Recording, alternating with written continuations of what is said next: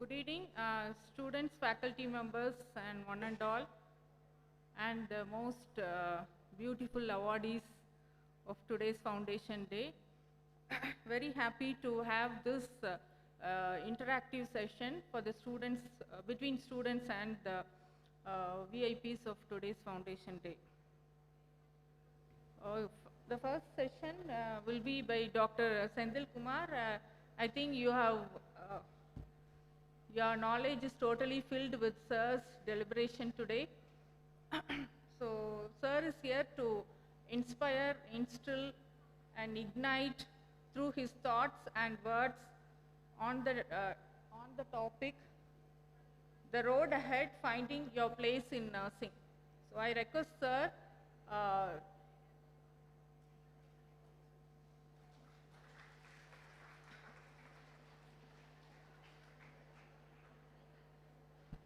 Thank you, ma'am, for your kind introduction.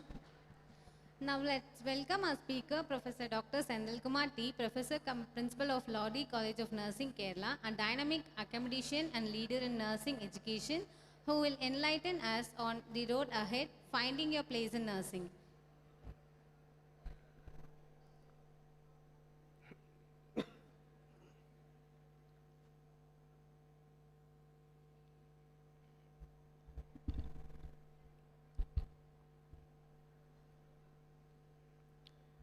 Very good afternoon, one and all here again.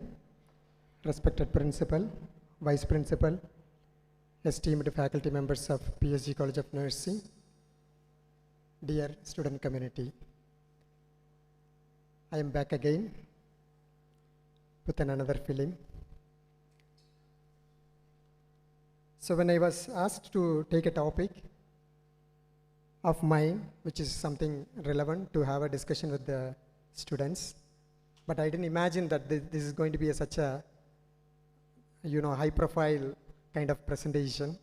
I thought I will have a mic, I can be with the students in the classroom, then I can just have an interaction with them, because the learning is a two-way process. Always the voice goes only from here. Sometimes it will be boring. That's the reason why I was just keep thinking to address some kind of problems of the students at this juncture. As I am principal in Kerala, I usually see a kind of concerns among the students. I wanted to address it. That's the reason why this topic has been taken. Just before go with that, I wanted to give a little introduction. The reason for choosing this topic, take an example. நீங்க இப்போ ஊருக்கு போகணும்னு நினைச்சிட்டு bus ஸ்டாண்டுக்கு போறீங்க. Bus இருக்குது. பஸ்ஸுக்குள்ள ஏறுறீங்க. Full rush. Only one seat is left. What you will do? Will you stand or go and jump into sit in that particular seat? Am I audible? Because I feel sleepy. After the program, they given me a heavy lunch. I thought of to have a good sleep, but still we have a commitment to have the presentation. Are you okay? I feel always PSG people are very orderly people sitting continuously in the same position for a long time. But WHO recommends we should not sit for more than 20 minutes in one place. Keep rotating your legs for good circulation if you want. So immediately you will sit in that particular seat. That is what other healthcare professional. The next day, if you go to the same bus stand, you are getting into the bus. Imagine you reached earlier, but if you are getting into the bus, only few 5 or 10 people are sitting in the bus. There is a plenty of seats available. So what you will do? Sometimes you prefer your own choice of seats. I'm right? Window seat. Illadi driver kinda pakka irukra seat. Illadi driver back la irukra seat. Illadi kadasi seat. I'm right? Likewise your own choice, but still you will have a bit confusion. Because there is a lot of seats available, you have a confusions where to sit. Sometimes you will sit, immediately you will switch over to another place also. Likewise, this bus is called nursing. Nursing have a plenty of opportunities. Now the problem is confusion. How to go, where to go, what to do. Kind of confusions are there among especially young professionals like you, especially among the student community. So I'm going to just mention you based on my experiences, because I also had the same kind of kind of the confusions when I was graduating out. My simple dream when I was doing my BSc nursing was just to get a degree. எங்காச்சும் வெளிநாட்டுக்கு ஓடி போயிடணும், காசு சம்பாதிக்கிறதுக்கு வேண்டிட்டு இல்லை. Because எனக்கு உலகம் பூரா சுற்றி பார்க்கணும், உலகம் சுற்று வாலிபனாக இருக்கும்னு தான் ஆசைப்பட்டேன். அப்படி தான் என்னுடைய ட்ரீமாக இருந்தது. But you know the life, the experiences will up and down, and there will be turns for higher education. Then immediately, like, things will get changed, and we are standing in front of you at this stage right now. Likewise, life has its own course, but still we have to work on for to achieve something good career in our profession. So based on my experience, I'm going to highlight based on the following objectives for today's discussion. Just mentioning about the global context, which was already taken by our Dr. Annie Madam when she was dealing in the morning inaugural session, and scenario of nurses in India, and career opportunities in and out, like inside India and outside abroad as well, and a few of the emerging roles in nursing in 2025. So being an introduction, that is a topic introduction, this is a subject introduction. Just you will be imagining, do you like to see this globe? Are you interested to see this globe? Not really. Do you know how many countries in the world as per United Nations data? Any idea? எத்தனை நாடுகள், எத்தனை ராஜ்யம் மலையாளத்தில்? How many countries in English? Do you have language problem? Am I echoing? Voice is audible, no? That's great, because I feel something echoing. How many countries in the world? அதெல்லாம் தெரிஞ்சால் தான் ஏதோ ஒரு நாட்டுக்கு போகிறதுக்கு பிளான் பண்ண முடியும். How many countries? 10? 100? 190? ChatGPT? Gemini? You can just speak to that, that will immediately give the answer. 193 countries in the world as per UN. There are few countries it's not yet recognized. How many population in the world? Any idea? How many population in the world? Population? 1 person. No chorus. It's an interaction to keep you awake. What is the population? 7 to?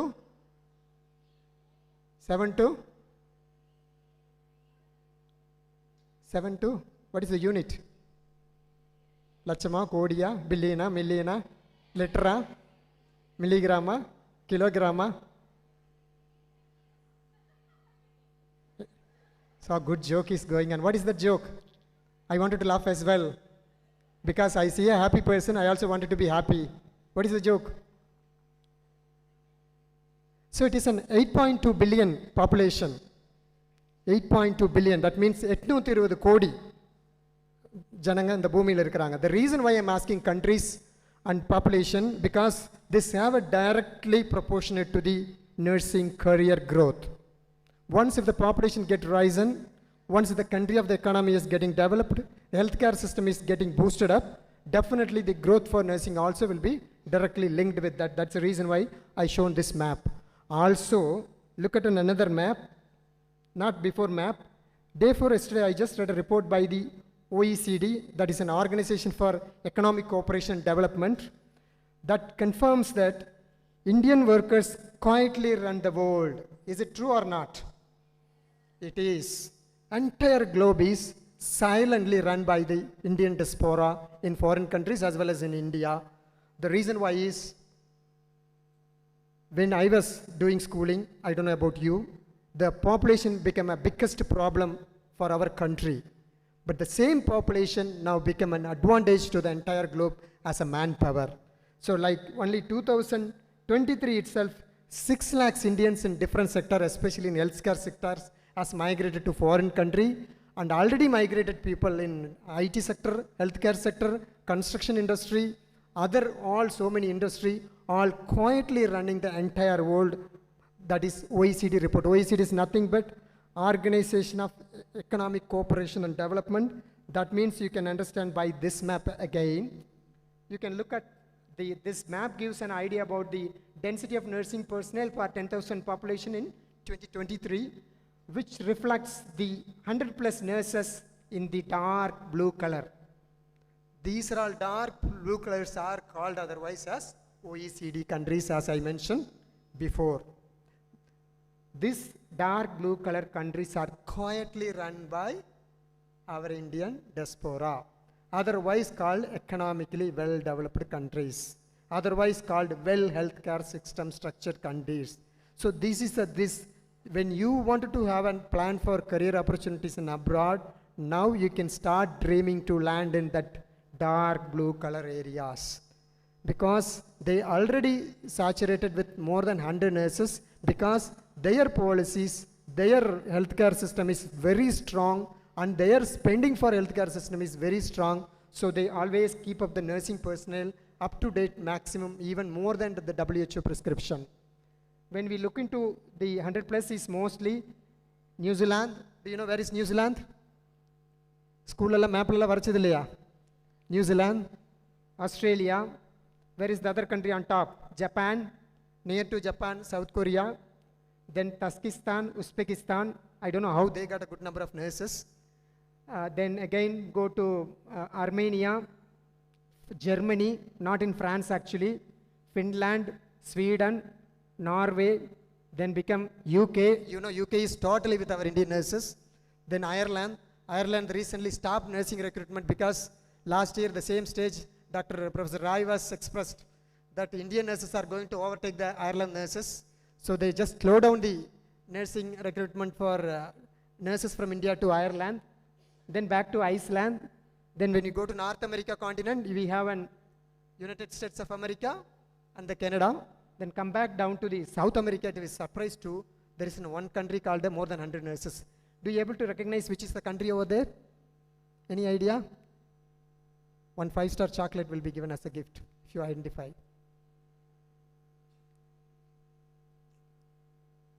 Are you interested in nursing? Only in nursing, not in geography. Paraguay, கேட்டிருக்கீங்களா? Paraguay. நான் ஸ்கூல்ல படிச்சது எனக்கு ஞாபகம் இருக்குது. Paraguay, ஒரு நாடு இருக்கு தெரியுமா? Paraguay. Paraguay in English, I don't know. Paraguay, கேட்டது இல்லையா? Oh God, I don't know how you passed your 10th class, but no worries. So that country also have a 100 plus nurses. When we back to India, look at the color.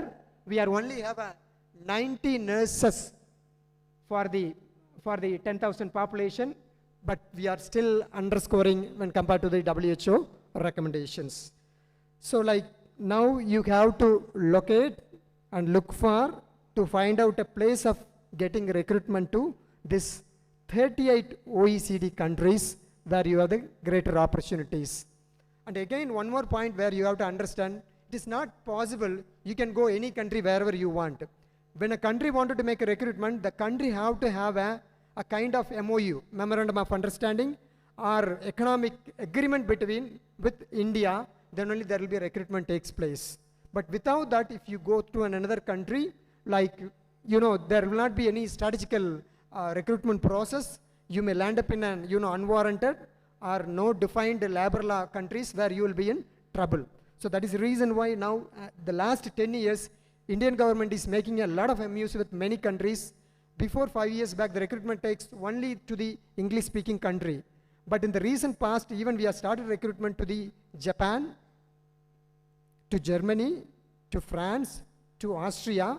Based on that, Indian Nursing Council also has made a circular to learn by the BSc Nursing students along with your BSc Nursing curriculum, either one of these languages apart from your medium of instruction in English. That includes French, German, Japanese, any other language. If you like to have an opportunity, can be trained by yourself. Are you started learning any languages? Any languages? No, Tamil, English, podilla, peronu venda. So try to, because now the openings in English speaking countries are slowed down. The openings are greatly opened up in especially other third language countries. That's the reason why I shown all these three maps for your better understanding.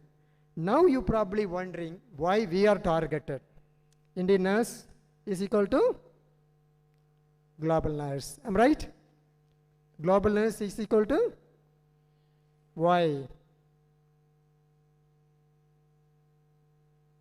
Any answer from the brilliant boy or girl from the group? Actually, I supposed to be among you. என்ன மேலே நிற்க வச்சு ஒரு பாரிக்கடை போட்டாங்க. Meera madam, sir தள்ளி இருந்துக்குங்க, students கிட்ட போகாதீங்க. Because I wanted an interactive session. That's why I'm asking question. If I keep running the show, you probably might be sleeping inside. But if you're sleeping also, I don't mind. Maslow's hierarchy, sleep is important. Illa?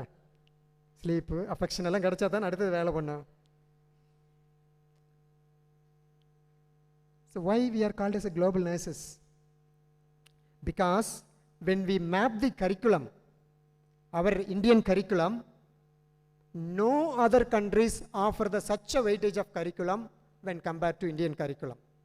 That is the reason why INC has made a task force to constitute such a, we will be wondering, as I mentioned in the morning, நம்ம எதுக்கு இத்தனை subject படிக்கிறோம், எதுக்கு இத்தனை மணி நேரம் நம்ம கிளினிக்கல்ஸுக்கு போகிறோம், இதெல்லாம் எல்லாமே ஃபாரினில் நர்சிங் டிகிரி வாங்குறாங்க. when you take into the Bahrain where my wife is working, simple, pediatricsல ஒரு 10 டாபிக், med surgery ஒரு 10 டாபிக், ஒரு 20-30 மணி நேரம் clinicals finished. Even Ireland also same story. They'll never learn microbiology. Irish nurses, they never learn microbiology. இதெல்லாம் நமக்கு staphylo ஸ்டெப்டோ காக்கை culture நாங்கள் எது தெரியாமையே படித்து பாஸ் ஆகி வந்தாச்சு. But we are learning this many number of hours and language, means the theoretical hours. That means we are learning, how many theory hours you are scheduled to learn for BSc nursing as per new curriculum? நீங்கள் எத்தனை மணி நேரம் படிக்கிறீங்க தெரியுமா? Shall I switch over to Tamil in between? No issue, no? So being a formal forum. Do you know how many hours you are trained up? 1,800 hours, theory hours. 1800 மணி நேரம் நீங்கள் நம்ம மேடத்தையெல்லாம் tolerate பண்ணுறீங்க இல்லை? 600 மணி நேரம் லேபில் வச்சுட்டு கொள்கிறாங்க இல்லை? Again, you are shuttled for 4,000 hours of clinical hours. But no country in the world offering a mapping of this curriculum to the nurses. That is the reason why Indian nurses are considered as a global nurses. So ultimately, when you are planning to go other countries, the curriculum, the clinical hours you attended, theoretical hours you attended, the lab hours attended will be matched, not the rank, not the score, not the internal, not the external marks will not be considered. Your transcript will be matched with their own curriculum, and they will be granting or licensing to practice in their respective country. So that is the reason why when we give our transcript will be mostly 95% will be matched in most of the countries' curriculum.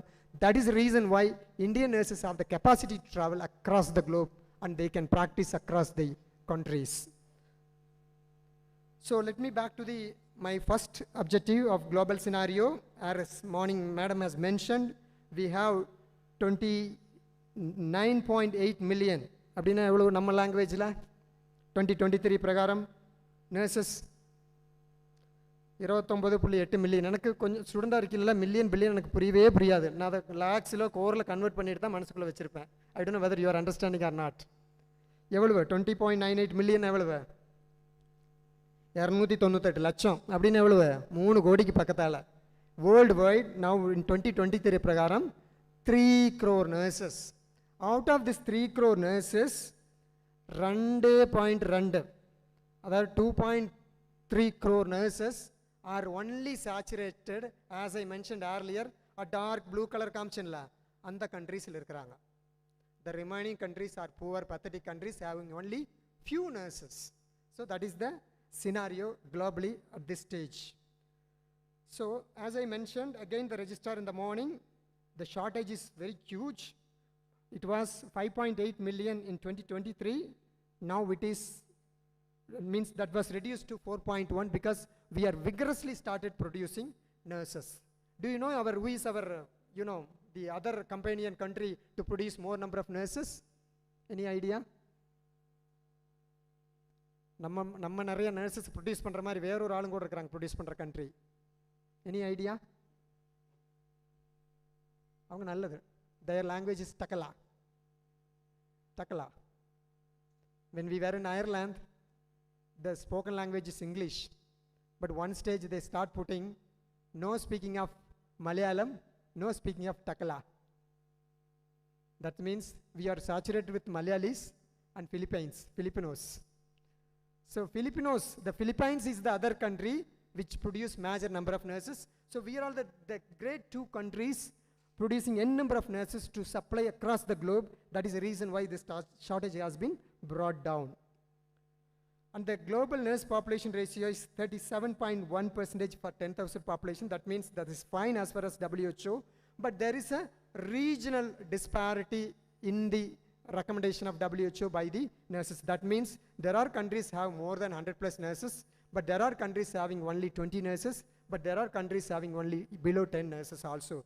But still worldwide the saturation is fine, but there is a disparity in the saturation of nurses across the globe. But take an example, high income countries like Luxembourg, there are few the European countries, high level countries having a more than 10 times of nurses, more than the prescription. But Europe having a 5 times of more nurses. Like probably you'll be enjoying the job there in UK, which having more number of nurses because they are working as per the labor law. The number of hours you have to work in UK is 36 or 37.5 hours. 37.5 hours.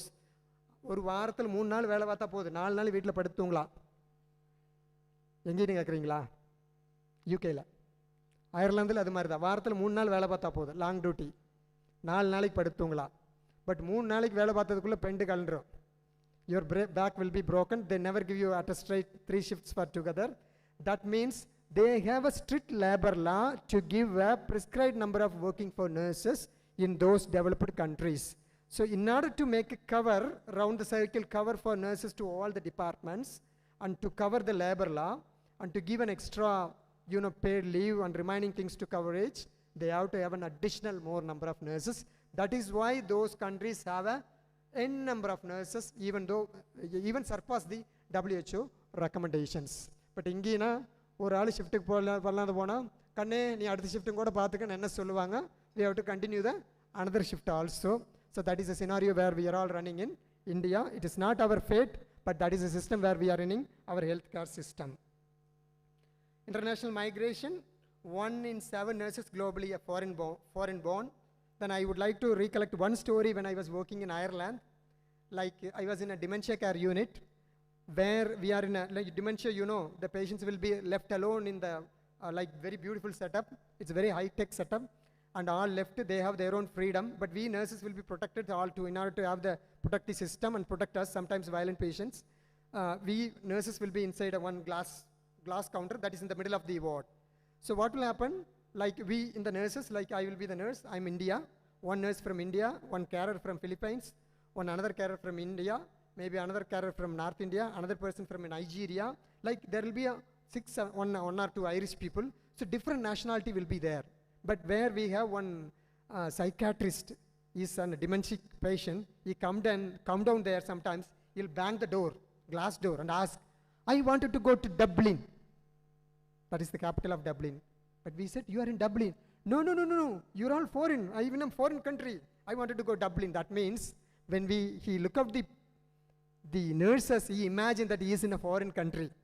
But he is not in his own country. That is why he is looking for to book a tickets for to go to his own country. That's Dublin, means Ireland capital.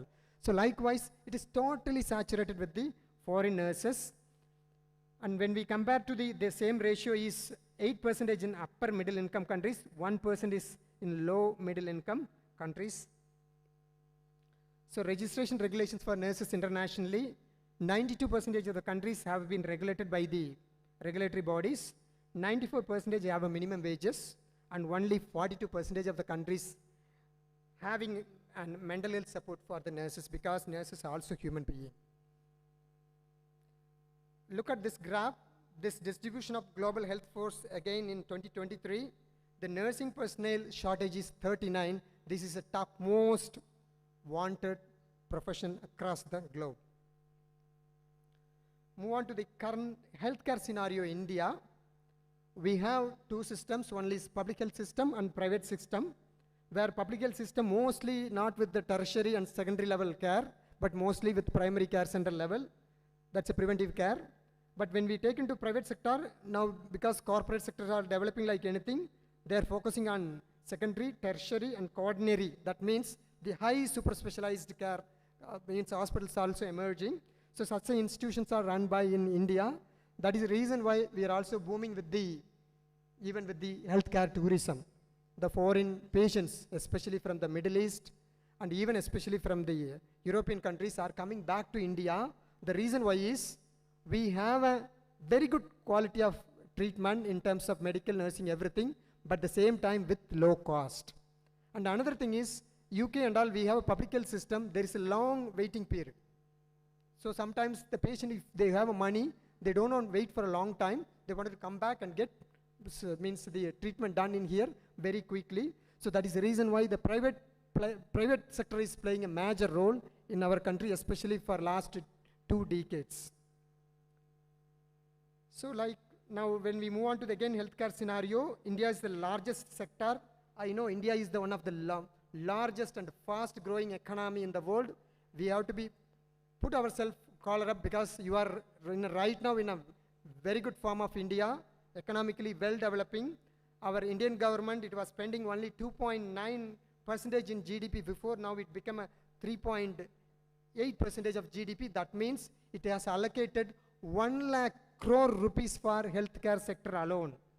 And healthcare system means what we believe is only the hospitals. It's not like that. Even it includes medical devices, clinical trials, like what our Dr. Meera is doing, and outsourcing, telemedicine, medical tourism, health insurance, and medical equipment. These are also 6 sectors where you can be going to have the opportunity to work. And Indian healthcare system is now very brisk when compared to other system, but the biggest challenge is all these system when we train, they're all draining outside the country. And near future, within 10 or 20 years back, again there is a chance for reverse migration to India back. Scenario of nurses in India, as I mentioned earlier, 1.9 nurses per 1,000 population. That means WHO recommendation is 30, but we have 90 nurses per 10,000 population. WHO says every 1,000 population we have to have 3 nurses, but we are deficit for that. So we need to have India with 3.3 million nurses registered already with as per INC data. That means 33 lakh nurses right now in India, of which 6.5 lakh nurses already gone abroad, and still many are keep trying going abroad. So again, there will be a change in the scenario. And you know, another beauty is Government of India, GOI, that's what Government of India is committed to opening a 175 new nursing college, message for all the professors and faculty. இன்னும் 157 புது principal vacancy வரப்போகுது, ready ஆகிக்குங்க. காரணம் within another 1 or 2 years there will be another additional 157 new nursing colleges will be added to bring up 15,700 Bachelor of Science nursing students in India. இத்தனை பேர் இல்லது போதாதுன்னா no way it is. That is why the government is keep relaxing to bring the more number of nurses in India. What are the major challenges facing India's nursing sector? Like overburden already we mentioned because of the disproportionate as per WHO recommendations. And we know we have a 1.46 billion most populous country in the world. And India faces 4.3 million shortages. And mostly in towns, villages are again very shortage. Back to major challenges for Indian nursing sector. You know all stories we mention every day. It's a usual song in our Indian scenario. Inadequate training, upskilling, nurses lack advanced specialized education, inadequate compensation, recognized social stigma. And you know beauty, when you go abroad, like as I mentioned earlier, the labor law, when you work in abroad countries more than 36 hours, you'll have extra additional payment. But you know the beauty is, if you go higher and higher earning, your tax will be keep going up. That's one story. Another story is, if you work on Christmas Day, your salary will be tripled. As being a Hindu, I usually take the roster on Christmas Day. Normal day if you work, you will get between 150 to 200 euro. But on this day of Christmas, if you go and work in the hospital, you will be getting more than 500 euros per day. 500 macha, ஒரு நாள் வேலை பார்த்தா 60,000 ரூபா. நாம் இங்கே 3 மாதம் வேலை பார்க்கணும் இல்லை? That is a scenario. That is the reason why I said inadequate compensation, recognition, social stigma about nurses. 6 மணிக்கு மேலே யூனிஃபார்ம் போட்டு வேலை பார்க்க போனால் நம்ம ஊரில் என்னென்னலாம் பேசுவாங்கன்னு உங்களுக்கு தெரியும் இல்லை? எங்கள் ஊர்லேயே நான் ஃபஸ்ட்டு நர்சிங் படிக்க வந்தப்போ ஒயிட் அண்ட் ஒயிட் யூனிஃபார்மாக இருந்தது அந்த காலத்தில். ஒயிட் அண்ட் ஒயிட் யூனிஃபார்மோட பஸ் இறங்கி பேக் எடுத்துகிட்டு எங்கள் வீட்டுக்கு போகையில் ரோட்டில் இருக்கிறவங்களாம் சொல்லுவாங்க கம்பவுண்டர் வந்துட்டாருன்னு. அந்த காலத்தில் ஒயிட் அண்ட் ஒயிட் போட்டிருந்தா என்னை கம்பவுண்டர்னு கூப்பிட்டாங்க. அப்போ நான் சரின்னு சொல்லிட்டேன். It was such a time that we were trained. அப்போ high migration rate again because of there is a great opportunity for nurses abroad. Then why are we having higher demands? Because of aging population and new medical technologies. Pandemic has created the need for appointing appropriate nursing manpower. And Indian nurses are the super around the globe, especially South Indian, especially Tamil Nadu and Kerala. I have to keep both states together. Hope you understood. So why choose a government job after nursing? Do you like government job? Guys, do you like government job? But I don't like. Government job, I don't know, I'm frankly speaking. I would have been tried, I would have been government, but I don't know, my mind was never given opportunity to go for government jobs, but I know I have some kind of hesitancy. Government job na, போய் உட்கார்ந்தீங்கன்னா வாழ்க்கை பூரா ஒரே பல்லவி தான் பாடிட்டு இருக்கணும். My understanding, I am not sure, it is not, may not be fact. பின்ன மெயினாக பேஷண்ட்டை பார்க்குறத காட்டிலும் அங்கே இருக்கிற பெட்ஷீட்டையும் கட்டளையும் கவுண்ட் பண்ணி எழுதுன்னு தான் நான் பார்த்துருக்கிறேன். But now things would have been changed in higher tertiary care hospitals. That's my personal opinion. So like the government job mainly job stability. ஒரு ஊரில் இருந்துன்னா குழந்தை குட்டியோட நிம்மதியாக வாழலாம் அந்த மாதிரி நினைக்கிறவங்க கவர்மெண்ட் ஜாபை ப்ரிஃபர் பண்ணலாம். But as I mentioned earlier, I don't want to sit in one place. Attractive salary and allowances, that is there, sure. Structured career growth, some extent, especially in AIMS and all. Opportunity to serve in a reputed hospital and institutions, probably in Chennai and all. We have a very good hospitals, very good setup, some extent. Chances to contribute the public health system, where if you are interested to work. So about the growth story of India, India is booming like anything.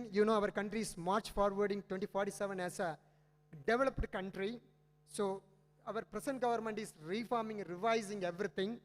And the 2017 health policy has made a lot of booming for the healthcare industry in India, which includes the massive recruitment for in AIMS, ESI, railway and state public health systems. And what is AIMS?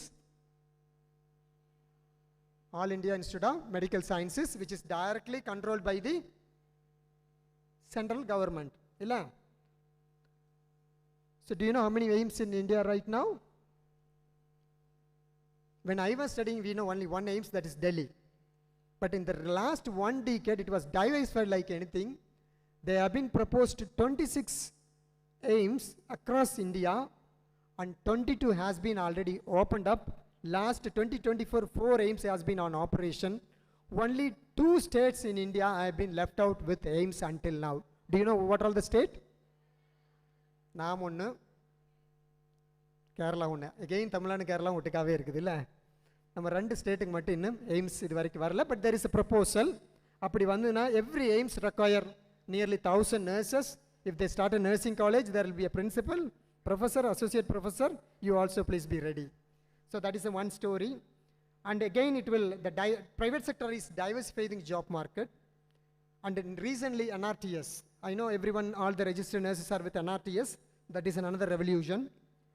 And another advantage of India is, India having very strong demand, attractive opportunities, and rising manpower, and policy and governments are getting revised until last 10 decades, which is boosting the healthcare system very well. So like, now you can listen here very well. If you wanted to go abroad or want to get some job here, just have a look at here for some time. I'll give you a bit nutshell information only. If you wanted to work in India, there is a government sector jobs includes. Guys, am I boring? You have your own business there? You're like, okay? Are you with me? Am I boring? ஏன்னா நான் இங்கே படிக்கல, போர் அடிச்சதுன்னா கண்ணை திறந்துட்டு தூங்கிட்டு இருப்பேன். அது நான் my seat in my classroom is always the front bench, first பெஞ்சில் ஃபஸ்ட் ஆளாக தான் உட்காந்துருப்பேன். But if the class is boring, widely open my eyes, I'll sleep. Is it happening there right now? Are you okay? Fine. Then you have the opportunity to become a staff nurse, community health nurse, military nursing service, that is a parallel recruitment, and public health nurse. When we move on to the private sector, where you have a supermost specialization in critical care and emergency, corporate and wellness, these are all new concepts. Clinical research and pharmaceutical, best example is here already. Academic training and teaching are what we are all doing. And you know, in 2030, again, 20% of the growth for even nursing faculty also, because n number of nursing colleges are coming up. It's not only for nurses. The third scenario is coming up now is entrepreneurship. நம்ம ஒரு ஆளுகிட்ட எவ்வளோ நாளைக்கு தான் வேலை பண்ணிகிட்டே இருக்கிறது, நம்ம 100 பேருக்கு வேலை கொடுக்க வேண்டாம் அப்படியெல்லாம் டயலாக் எல்லாம் கேட்டிருப்பில்ல, அதில் entrepreneurship. You can start your own startup. If you have any business model, you can very well do it. That is the way nurse-led clinics, wellness consultancies, telehealth startups are viable, but still there is no policy formulation in India right now for these kind of opportunities in nursing. The emerging roles right now in India, not in the globe, are discussion, but there are few in action, but there are few in pipeline, but there are few in proposed to be. The reason one is, last 1 month back I have seen one advertisement regarding the MS nursing for the forensic nursing. One of the law university, Central Law University, has created one MSc nursing in forensic nursing. There are 6 seats recently opened up. I don't know the scope exactly, but if you want to have interest, you can try for that. So the rising tech-savvy nurses, are you interested with the gadgets? Yes, without gadgets we cannot live. So even if our heart stops also, our gadgets has to be keep running. I'm right. Are you permitted to have the mobile phones with you? In the college, is it permitted, madam? Mobile phones are permitted? But they can have. Because that is one of the important vital organ of the body now. So I'm just thinking whether you are transplanted or not, but that's fine. Because once if you are with the gadgets, because we are not the scenario where we lived with the mobile phones, that's why we have a good friendship nowadays. But if you are such a techie-liking person being jumped into nursing, you have a lot of opportunities in forthcoming years. Includes nurse informaticists, telehealth nurses, AI integration specialist. And AI is doing a wonderful job. Even my PhD, I put an integration. That means I no need to go and study computer science or data science or like machine learning or artificial intelligence algorithms, but only we can be a domain expert. நம்மளோட health nursing நாலேஜை computer science AI படித்த ஆளும் 2 பேர் உட்காந்து நம்ம 2 technology mingle பண்ணி ஒரு புதிய ப்ராடக்ட் கொண்டு வர போகிறோம். That is what integration. If I am not meaning that you have to go and learn the data சயின்ஸோ பைத்தனோ இதொன்னும் படிக்க வேண்டிய அவசியம் கிடையாது. But if you are interested, you can coin with such a techie people, you can bring up a lot of new innovations. Where I used in my PhD study of predicting heart attack among the young chaps. ஏன்னா உங்களுக்கு 25-30 வயசுலலாம் போட்டு heart attack வந்து இப்போ செத்து போயிடுறாங்கல்ல. It was a disease for before 60 years and 70 years. The reason is health lifestyle. You are sitting for morning 4 hours, now another 3 hours, no physical activities, food, burger, pizza, paratha, pinna no sleep, midnight vara we are in the mobile phone, stress. இப்போ படினா பிள்ளைருக்கு stress, assignment எழுதுனா stress. அப்போ like these are all contributing factors for the early development of athletic formation in the heart, so which was predicted through artificial intelligence machine learning algorithm, where the random forest classifier model has predicted very well in my study. அதில் 4 கண்டுபிடிச்சிருக்குது. ஒன்று family history, ரெண்டாமத்து உங்களுடைய sleep, மூணாமத்து உங்களுடைய food habits, நாலாவது stress. இந்த 4 இருந்ததுன்னா உங்களுக்கு 40 வயசு இல்லை 30 வயசுலேயே ஹார்ட் அட்டாக் வரும். Please rectify your self. Next, adult foster home nurses, home health and palliative care nurses, live-in aides and geriatric. This is already well established in well-developed countries, but now it is coming very fast in India, as our morning registrar told. 1 in 6 persons will be old age in future 2030. In Kerala, that is what I am seeing. Kerala, every young population is migrating outside Kerala. within 10 years, Kerala is going to be a home for old people. If you go to Kottayam, anybody is from Kottayam district, Pathanamthitta district? The Kottayathil oru aal irukudhu. Anga nalla peri veedu ella veedum pooti kedakudhu. Because all were in abroad actually. So the old age parents require a home care. So likewise, if somebody written from foreign, you can very well start the home nursing also. There is a great scope. But still the problem is with the government of state government and central government's policy regulations. Mental health, new avenues include psychiatric nurse practitioners, crisis intervention nurses, addiction recovery nurses.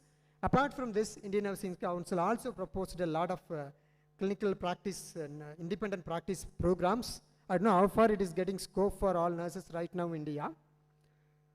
Fourth, entrepreneurship. If you want, you can have the opportunity. Maybe within 10 years, it will be working out. But you know, even in this glasses, there is, you know, this lens card. How many of you know about lens card? Have you any idea? How many of you having lens card glasses? It's mine is lens card. Do you know the new advancement in these spectacles? It was there in the media, social media last 2 days back. They have been, the Lenskart CEO has announced a new product, new project. That means they incorporated a camera in your glass. When you wanted to go and make a shopping, hotel போய் 2 பரோட்டா சாப்பிட்டீங்க, பரோட்டாவும் chicken கறி எவ்வளவு? 100 rupees. 100? If you wanted to make payment, போய் digital camera கண்ணு நின்னா போதும். If you go and stand, your camera in the glass will click it. You might have one passcode or voice recognition. If you give a agreeing, immediately payment will be made, you walk away. So that technology is getting incorporated. Very shortly, that will be into Indian system because you know India is leading in the digital payments. முதல்ல சில்லறை காசு இருந்தால் தான் செலவு பண்ண முடியும். இன்றைக்கி சில்லறை காசே தேவையில்லை. ஒரு ஃபோனும் கையில் பிடிச்சிட்டு போனால் வேலை முடிஞ்சது. இனி ஃப்யூச்சரில் ஃபோனும் வேண்டாம். ஏன்னா கண்ணாடி இல்லாத நடக்க முடியாது. நிறைய பேர் கண்ணாடியோடையில் இருக்கிற நம்ம இப்போ கண்ணாடி போட்டு போனால் போது. ஒன்லி திங் இஸ் பேங்கில் காசு இருக்கணும். பேங்கில் காசு இல்லாத போனால் ஒன்றுமே பண்ண முடியாது. ஏன்னா because this camera will not recognise if you don't have a money. So that technology is coming. How they are independently, cleverly thinking how they incorporate the new technology into enhance the lifestyle of the every individual. அது மாதிரி நீங்களும் யோசிங்க நிறையா. யோசிச்சா you will have some idea where you can become an entrepreneurs. So the opportunities, am I exceeding the timing? Please let me know. Is it okay, timing? Just 5 minutes. So the opportunities, listen my dear little nurses. If you wanted to go abroad, you have 4-5 options. I am letting you know. First option is, எனக்கு English exam ஒன்று எழுத வேண்டாம், German ஒன்றும் படிக்க வேண்டாம், எல்லாம் ஒன்றும் பெரிய பிரச்சனை இல்லாத எங்காச்சும் வெளியே போகணும்னா the best possible option is going to Middle East countries. But Middle East, you know, there are plenty of countries. அந்த country எல்லாத்துக்கும் போக முடியாது. But only you can go with the GCC nations. What are the GCC nations?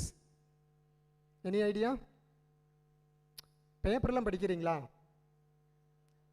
எங்களுடைய படிக்கிற காலத்தில் எங்களுடைய ஹாபியை ராத்திரி வருவோம், அந்த கொடையில் நடுவில் இருந்து சாப்பிடுவோம், நேராக லைப்ரரிக்கு போவோம். 1 மணி நேரமாவது உட்காந்து நியூஸ் பேப்பரை போட்டு புரட்டி படிச்சுட்டே இருப்போம். அந்த நியூஸ் பேப்பர் படித்த அறிவு இருந்ததுனால தான் எனக்கு IELTS முதல் பாஸ் ஆகி எனக்கு வெளியே போக முடிஞ்சது. அது மட்டும் ஃபெயில் ஆகிருந்தேன்னா ரஞ்சினி மேடத்தோடு இங்கேயே உட்காந்துட்டு இருந்திருப்பேன். இல்லை, ஏன்னா நாங்கள் அந்த காலத்தில் ஒர்க் பண்ண விட்டுக்கா அப்போ கிளியர் பண்ணனால அயர்லாந்து போனதுக்கு வாய்ப்பு கிடச்சிது. அப்போ ஃபெயில் ஆயிருந்தேன்னா மேடத்துக்கூட எப்பவும் ஃபேக்கல்ட்டியாக இங்கேயே உட்காந்துட்டு இருந்திருப்பேன். So that is because of the newspaper reading. If you don't understand the common things in the world, it is very hard to progress in your personal and professional life. GCC countries, any idea? உங்கள் வீட்டில் அம்மா அப்பா யாராச்சும் வேலை பார்க்குறாங்களா gulf கண்ட்ரீஸில்? எந்த கண்ட்ரியில் இருக்காங்க? எங்கே இருக்கிறாங்க? கல்ஃபில் இருக்கிறாங்க. கல்ஃபுங்கிறது ஒரு கண்ட்ரி அல்ல, அது ஒரு region. The 6 countries, UAE, United Arab Emirates, Saudi Arabia, Qatar, Oman, Kuwait and Bahrain. But right now, Oman and Bahrain is doing a localization. They are sacking out all our Indian nurses. நீங்களாம் போங்க, இடத்த காலி பண்ணுங்க, எங்கள் ஆளுகளை சும்மா உட்காந்துட்டு இருக்கிறான்னு சொல்லிட்டு they are giving only priority to their own people. But Qatar is also doing the same way. Saudi is diversifying their health system, and UAE is very superb. But the problem with the UAE is cost of living is very high, where you can, if you get a salary, you know that's a high-tech city, big lifestyle, and you have to spend a lot of money over there. Remaining is the great opportunities in Kuwait. It's the biggest earning happen in Kuwait also. Do you know the strongest currency in the world? Correct answer?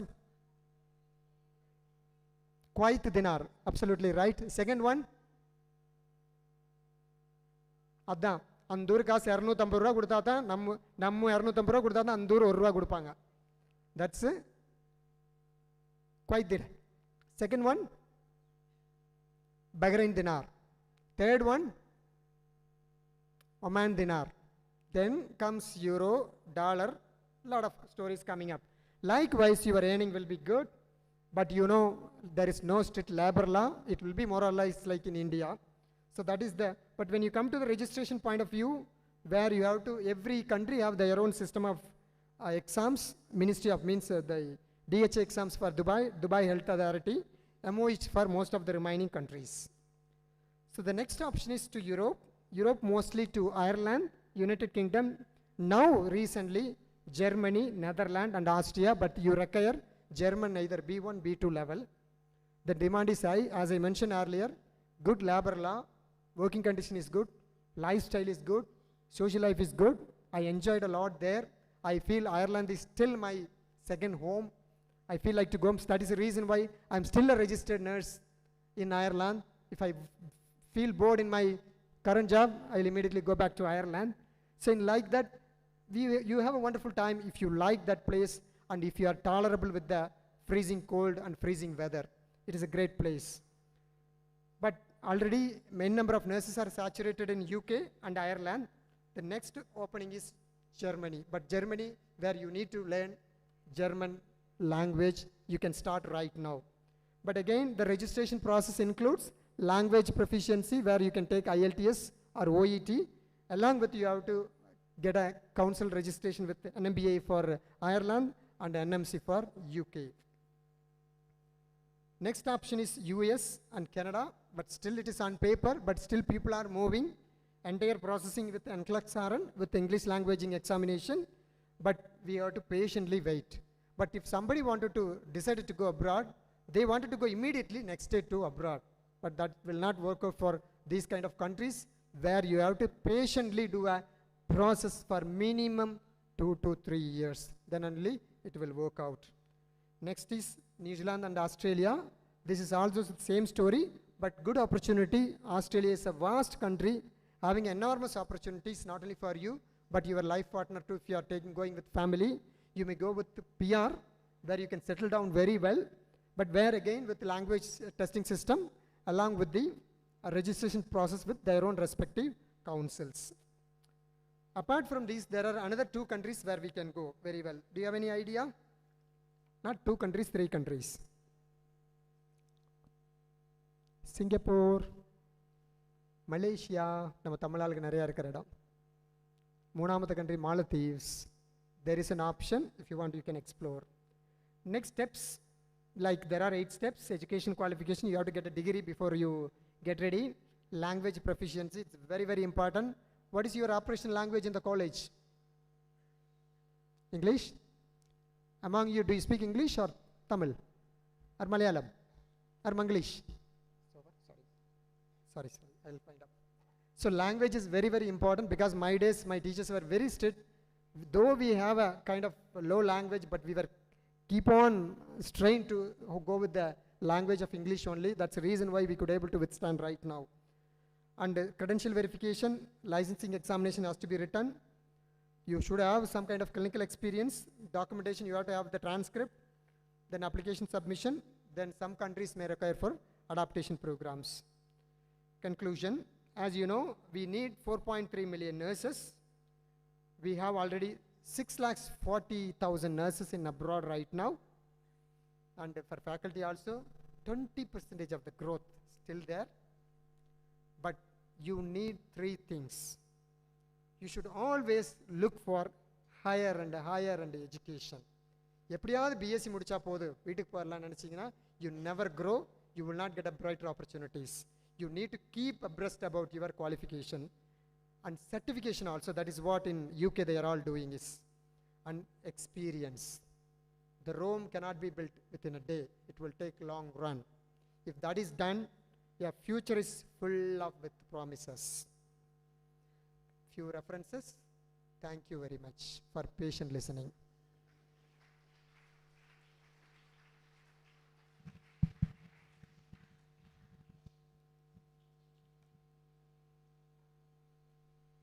Thank you, sir, for this most valuable session. So in your styles to say the session has been a photo shoot of what is nursing, how is nursing, the scope and image of nurses in India and abroad. It has been a mind-capturing session, and the most impressive slides were career opportunities for nurses abroad, which would have been most helpful view for the students who are seated today. I think this is what our student fraternity needs to plan for their very fruitful and pleasant future. Before I could give words of thanks, as this session has expanded the students' knowledge on jobs abroad, may I request the few students who have their doubts inside, please throw your doubts so that sir will be able to clarify and give helping hands. Please, that's very important. Because we are all sitting here and speaking for you, not for us. So from student side, do you have, because in the mari your alumni traveling from continent to continent, reaching a big student body and asking you to speak to him or her, engime kadakadu. So hats off to PSG only. So please utilize these few minutes where the excellent awardees are present along with you. Fourth years. You can very well casually May I ask. request the dear faculty to encourage the students who are seated there, fourth year, third years, may have got better, would have got an in-depth about nursing, and you will be planning for your future, your career.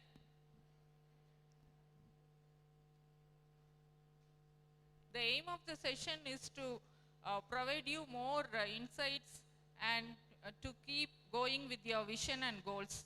So please come out with your queries towards sir. Please come forward. Anything else? Any questions can be asked.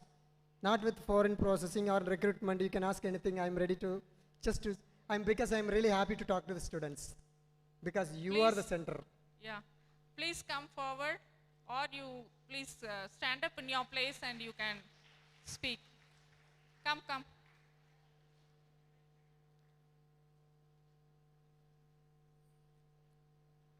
Good.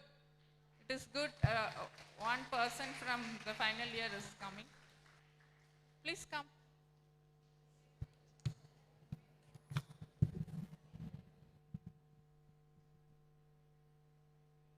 So now you can see the future alumni awardee.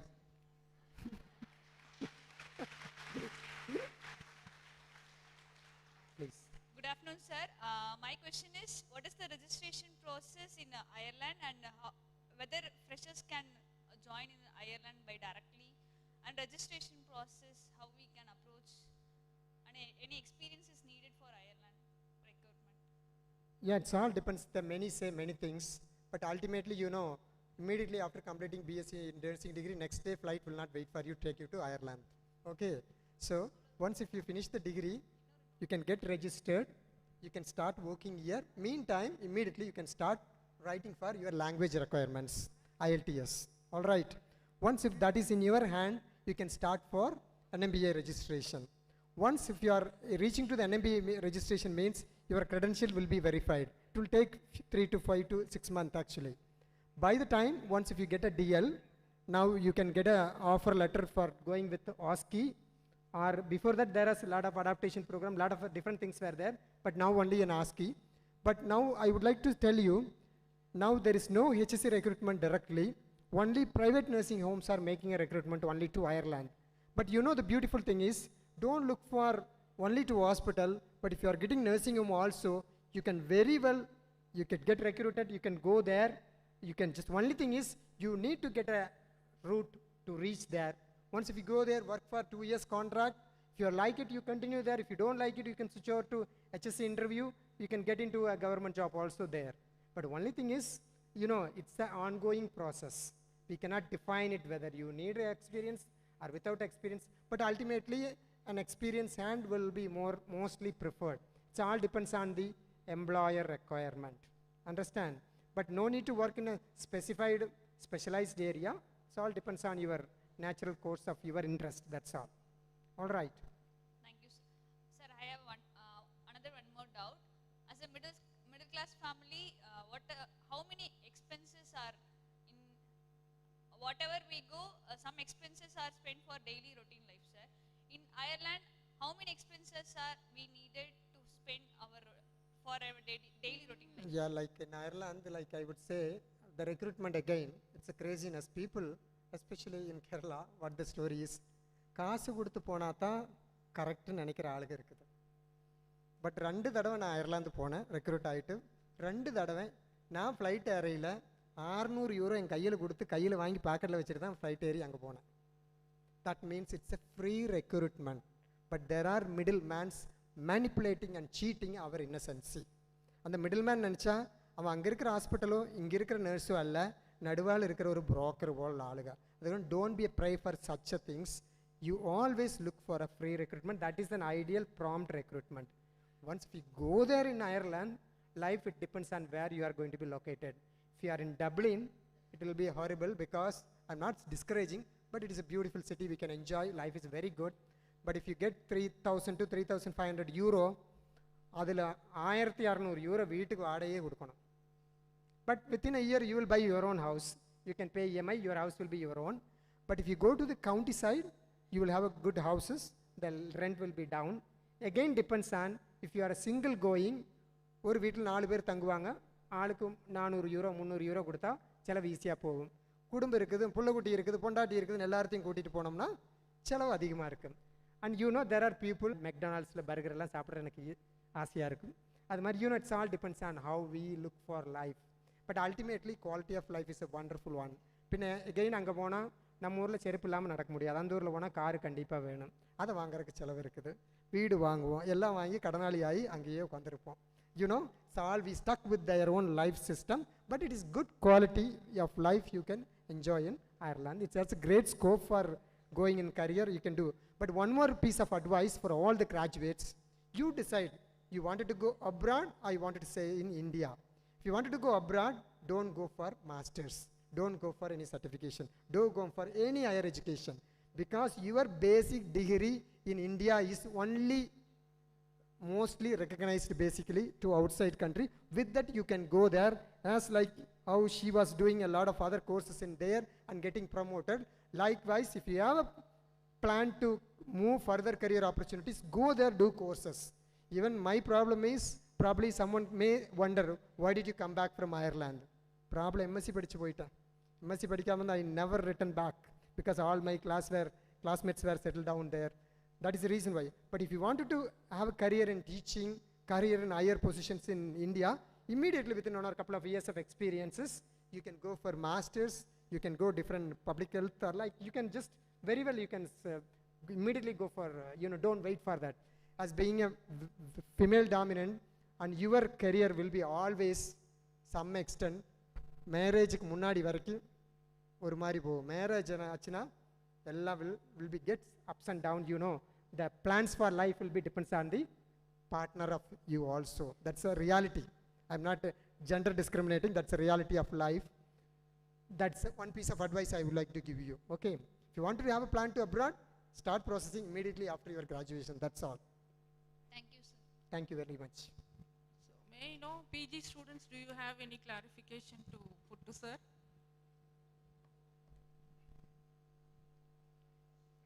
Please come. MC, please give me 2-3 minutes This is the most vital part of the session.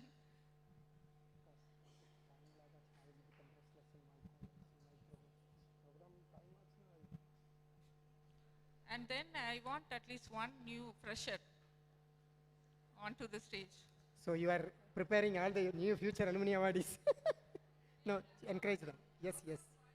Yes, true, true, true, true, true. Sir, good afternoon, sir. So you are saying many things. So for going abroad, what were the reliable agencies we can offer, sir? As there are many fake agencies. I cannot declare in a public forum because that's not advisable. Because I am not part of any this thing. But it's all depends. You know, in Kerala, Norca routes. Have you heard about that? Malayalis know it. Norca routes. It's the government, Kerala government agency. That's one thing. It is government approved. But for Delhi, I am sharing my experience. I went through IITR New Delhi. Indian technical recruiters. They are absolutely doing amazing job. ஏது ஏஜென்சிகிட்டையும் போகலாம் அவங்க உங்களுக்கு காசு கொடுக்கணும் நீங்கள் அவங்களுக்கு காசு கொடுக்கக்கூடாது when they are giving money that's a reliable agency when they are looking for money they are not reliable agency. Got it? Okay, sir. Thank you, That's sir. it. Sir, and another one question, sir. So for male nurses, other than going abroad, what are the possible ways we can do in India? India, you can go for higher education. What is your passion for clinical service side or for education side? What is your passion? Like research? What is your passion? Service side, sir. Service side. Yeah, service side also, you know, look at the masters are now as a CNOs. You can immediately after experiences, as I mentioned last 3 points, education, that means certification, higher qualification, your experience, that will push you keep up. But if you stuck in one place and willingness to come forward, willingness to accept the leadership position. இப்போ மீராமாட் இருந்துட்டு உங்களை பிடிச்சி தள்ளுறாங்க அப்புறம் தான் இங்கே வர்றீங்க இல்லை ஓடி வந்து ஏறுறவங்க தான் there is a plenty of leadership opportunities available. நீங்கள் ஒரு யூனிட்டில் ஒர்க் பண்ணி ஒரு 2-3 years எக்ஸ்பீரியன்ஸ் ஆனவே மெதந்தா ஃபோர்டிஸ் இந்த மாதிரி அப்போலா பிக் ஹாஸ்பிட்டல்ஸில் you will immediately promoted as a team leader. மேலே வித்தின் 5-10 years அந்த ஹாஸ்பிட்டல் இருந்தீங்கன்னா you will be on top because such attrition is going in nursing. But அதெல்லாம் it's all depends on in your hand how you are taking up your profession. All right. Sir, also another one question, sir. As we are now after graduate, is there in Ireland? So same the BSc nursing is approved, sir. I didn't get you, please. Sir, இந்த BSc nursing முடிச்சதுக்கு அப்புறம் Ireland போறோம்னா so அடுத்து ஏதாவது பண்ணணுமா இல்லை இப்போ நம்ம ஒர்க் பண்ணணும் அப்படின்னா சேம் இந்த பிஎஸ்சி நர்சிங் எங்க ஏஎன்எம் ஆயிட்டா இல்லை சார் இந்த டிகிரி இது இருந்தால் போதுமா இல்லை? Yeah, I said already, that's what my session was. Our Indian nurse is equal to global nurse. If you have an Indian degree, you have the validity to work across the globe. Only thing is you have to match your qualification to that respective country to get license. Understand? Like if you are driving license, you have it here in India. But if you go to Europe, you need to take another license to drive. I'm right.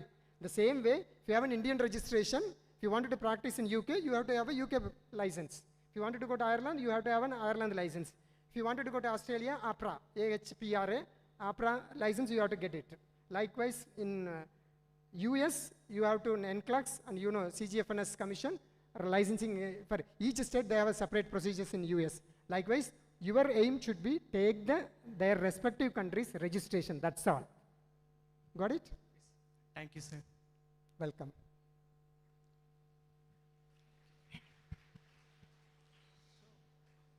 Shall I conclude? Okay, maybe for the next speaker we will have other students to put your queries or get interactive in between also, it will be good. Thank you for your, sir, for your excellent deliberation on the topic. It has been so worth for our students to keep their vision higher. Thank you for your most valuable time at PSG and for our dear most students. Pleasure is mine. Pleasure is mine. Can we give a big appreciation for sir? Okay. Thank you for the wonderful day at PSG. Thank you very much once again. I don't know how again I'm going to see you. Bye bye. Take care. Thank you, sir, for your inspiring and thought-provoking session, guiding us to discover our purpose and leadership roles in nursing. We now move to our second session on equally significant one. I now invite Dr. Sriranjani, Professor and HOD Department of Obstetrical and Gynecological Nursing, PSG College of Nursing, to start the session and to introduce our eminent speaker.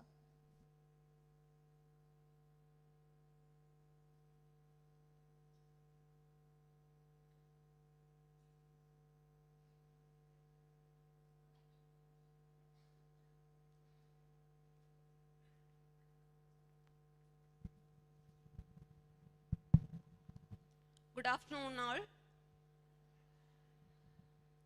Today I am very proud to introduce before you one of my brilliant students, one dedicated, passionate, one of my previous student, Dr. Meena, for this alumni seminar. Okay, Dr. Meena, you know already, she is graduated from PSG College of Nursing and post-graduation from CMC Vellore and PhD from Netherlands and so many other credentials with her. Now, today she is here to give her view on how nursing can integrate with policy making and system research. As a nurse, we are working in hospitals, in college, and in community. There is not much role in policy making and system research. But now she is working in a public health institute. She knows very well how we can do a policy making. Okay, how nurses or nursing perspectives can integrate with nursing research and policy making.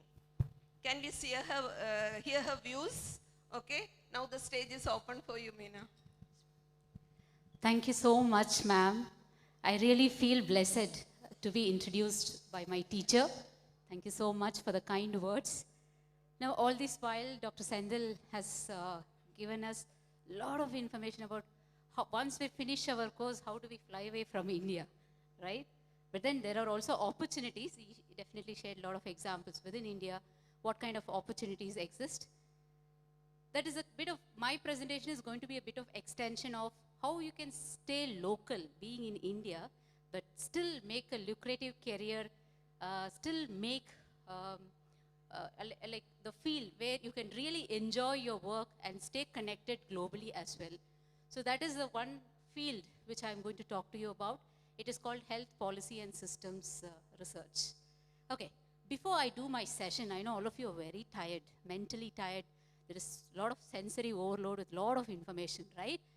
Shall we all get up a little bit from our places? Yeah, great. Okay, I'm trying to speak some Gen Z language now. I'm a very old person, but I'm trying. Let me do an emoji check. What kind of emotions are running in your face, in your mind? Show that in your face.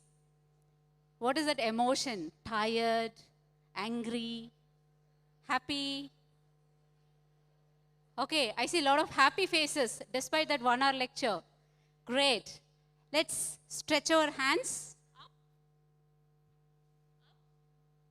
as if you're going to reach the ceiling. Try doing that. In all directions. In all directions. Yes. Whatever mental state we are in currently, doesn't matter. We are going to put a little extra effort and try to learn more. Right? Thank you so much. Please be seated.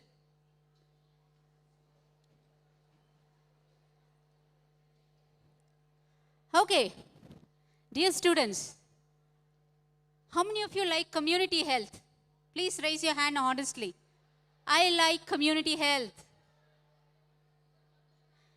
Okay, what is the Bible of community health for nurses? K Park, right? Yes. So now I'm going to take you to another world where K Park is not the only Bible. K Park is not the only book of reference for public health, right? I'm going to transport you to a different world. So we know that in community health, in public health, the ideas about social determinants of health, how health is not actually determined within the four walls of the hospital. Through pills, through injections alone, we cannot actually cure illness. It is much more than that, right?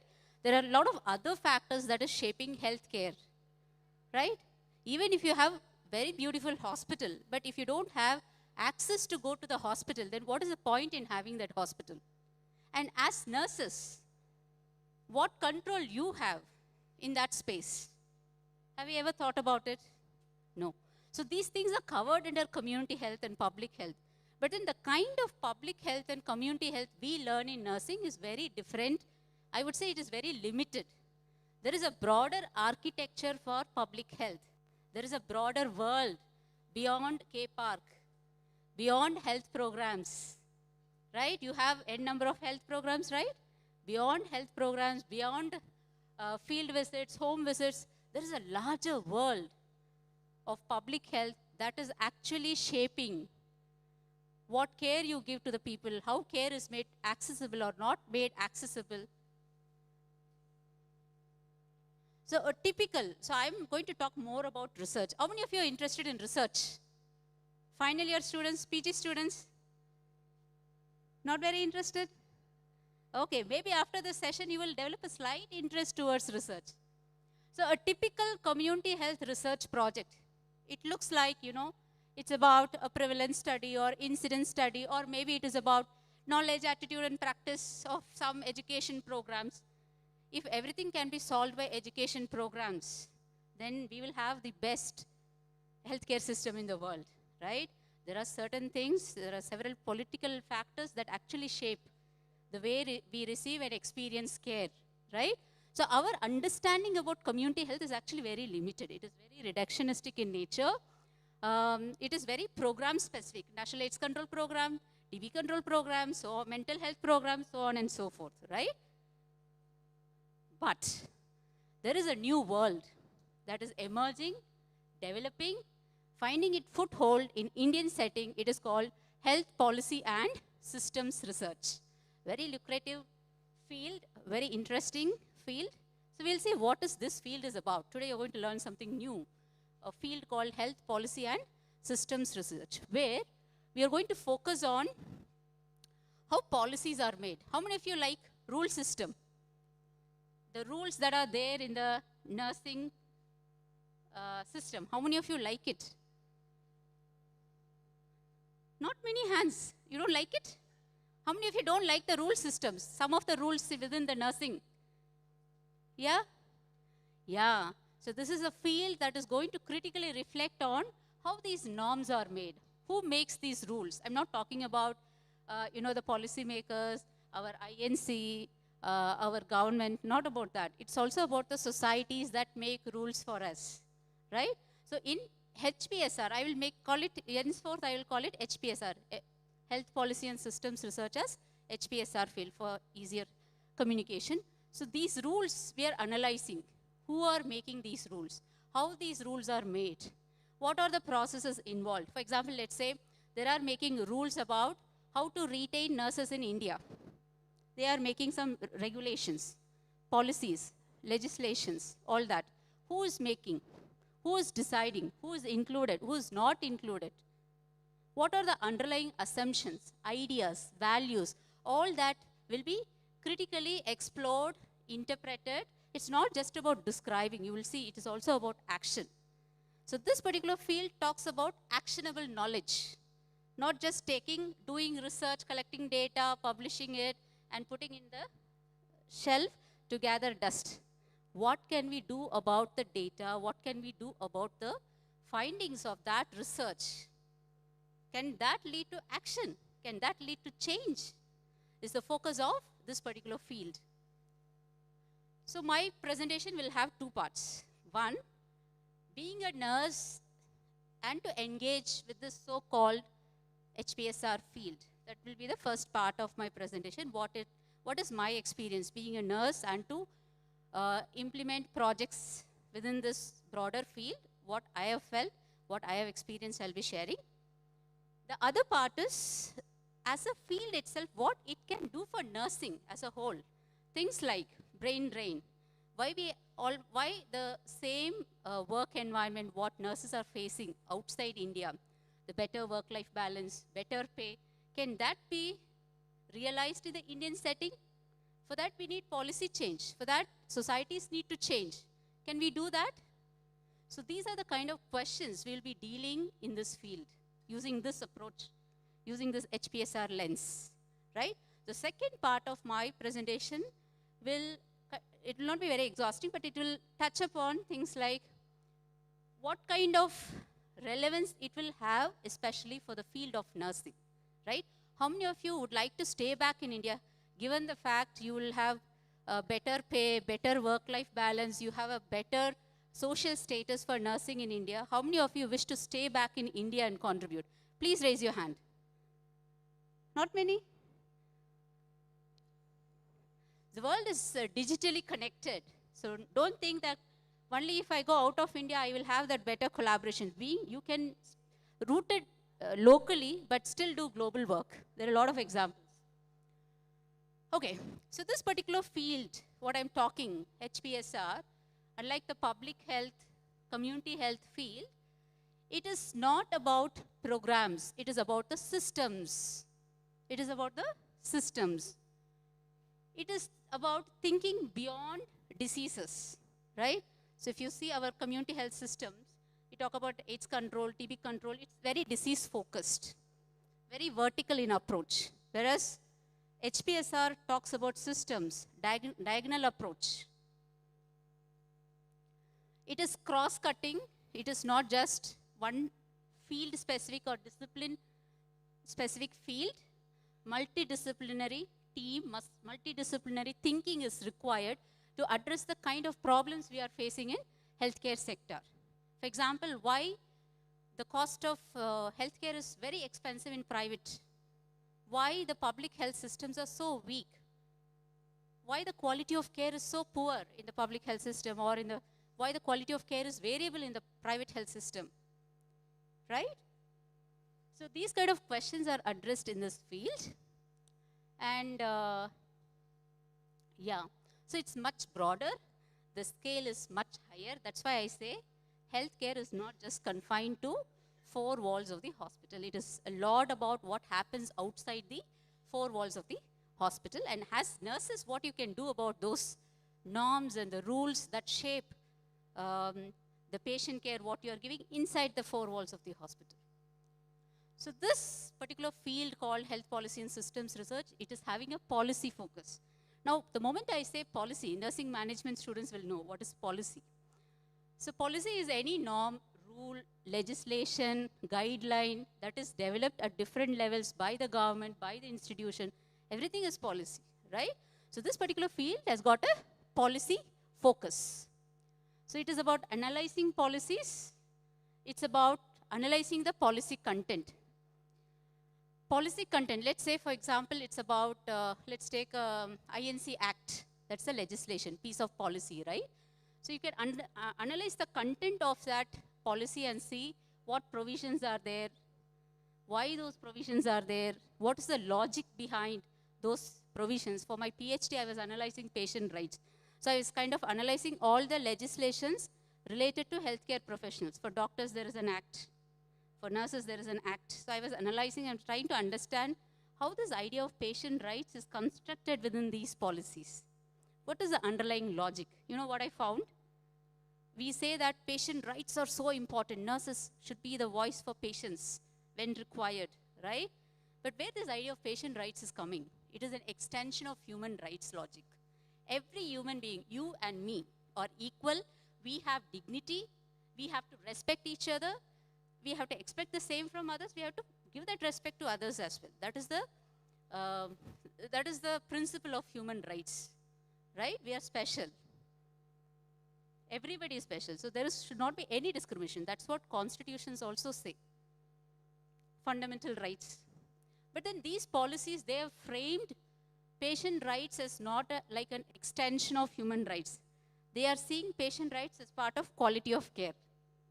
We have, in the daily mundane routine work, we have forgot the outcome and focused more on the process now. Quality of care is not the outcome. It is only the process to the outcome called dignified healthcare. Right? We are so much obsessed with quality and forget about the obsessed with the process but forgot about the outcome. And mechanically, we have been trained not to question why these narratives exist, why these stories exist, why certain stories about nurses exist in the society, in the policy circles. We have to be critical and question them. So that is what we are doing it. Processes of policy decision making. Who is deciding at the central level, at the state level? If it is a nursing workforce related policy, then why the doctors, why that space is dominated by doctors? Why few nurses are there in that space? Even if you voice out, are we able to influence that decision making? Right? First is your presence. Even if you are present, you should be able to voice out. Even if you voice out, you should have the power to influence. Are we able to do it in those spaces?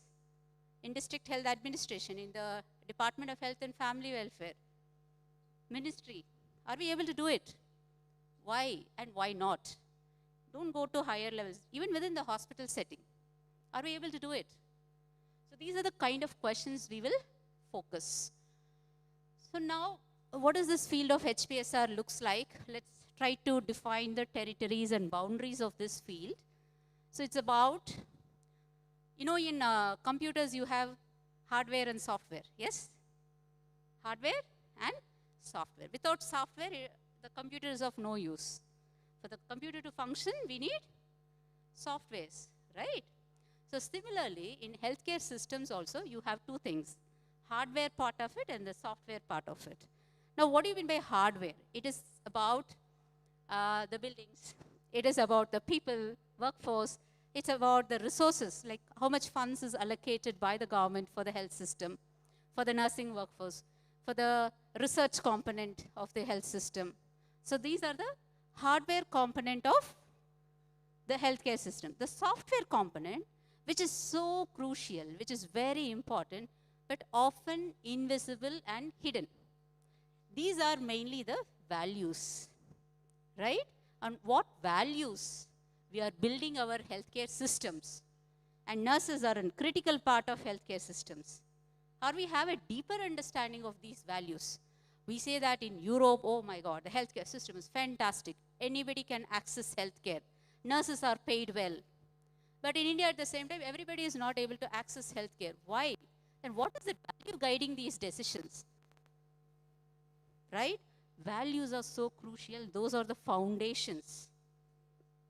If we say in NHM, National Health Mission, if we say, you all know this village health, sanitation, nutrition committees, yes? Have you heard about it? Grama Sabhas, have you heard about it? Have you heard about Arogya Raksha Samitis? District Health Committee? So all these platforms are there. All these governance platforms are there. So NHM policy says that we have to include the lived experiences of people in these policy spaces.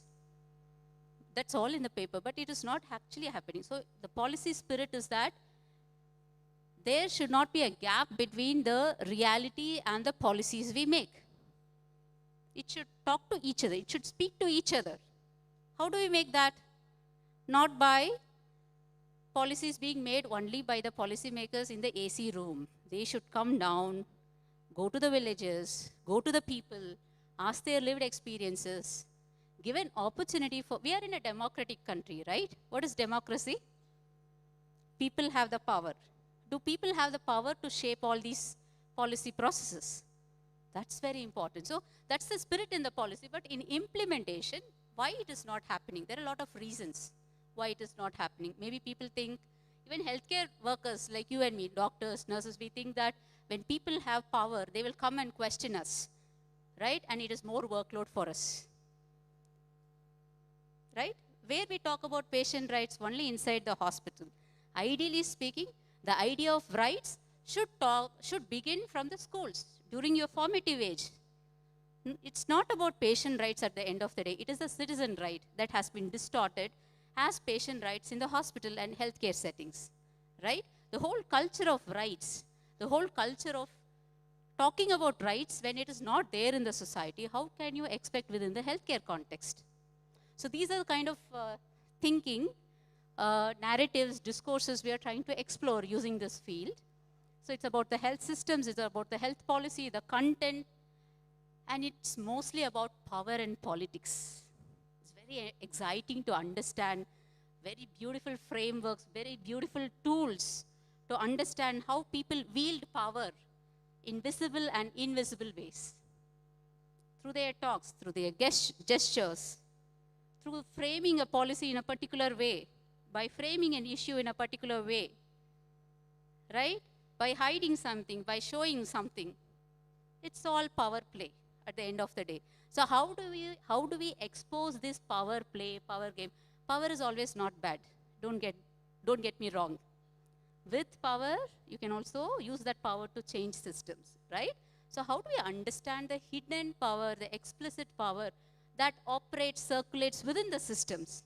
For instance, nursing, let's take a small nursing college. How power circulates within the nursing college? Who decides? Who follows? What are the formal? There is something called formal power and informal power. You might hold a formal designation, but still a person who doesn't have a designation, let's say a clerk in an office, they might have more power than a person with a formal position. Maybe because he is working for a long time, he knows the in and out of the system. There are ways, right? So understanding this becomes the focus of HPSR, power and politics. This is what I spoke to you about. The intangible, there are tangible software and intangible software, the values, the hidden norms, right? Why nurses cannot become the health secretary, or why nurses cannot become the joint director in the health administration? Why it is not happening? It's an administrative post. It's not a clinical post. Why are we not thinking like that? It's the power. Sometimes we have accepted, we have internalized that we are fit for only this. We are only fit to do only this kind of work. So in philosophy, they say it is epistemic injustice. If something is said by certain people in certain forum to certain methods, it is more credible, more legitimate, right? How do we break that epistemic injustice that is happening for nurses in every place? Even if you go abroad, you will face this. My research shows that medical power is something universal. And there are ways for them to scuttle the professional autonomy of nurses, right? We'll talk about it later. So, so HPSR, as I said, is a multidisciplinary area where, of course, the kind of epidemiological research, that is also important. Clinical research is also important, but that is not the only focus. We take from there, but the focus is also on policy, the focus is also on practice. There are guidelines, but actually what is existing? Example, let's say, emergency room, there are some protocols, triage protocols. That is a protocol that is stuck there on the wall, but actually what happens? If you see a mismatch, then you analyze why this mismatch happens. So that's the practice part of it. Social sciences, very beautiful. Remember, please, if you have this idea, healthcare is all about clinical competencies, pills, surgery, injections, please remove that idea from your mind.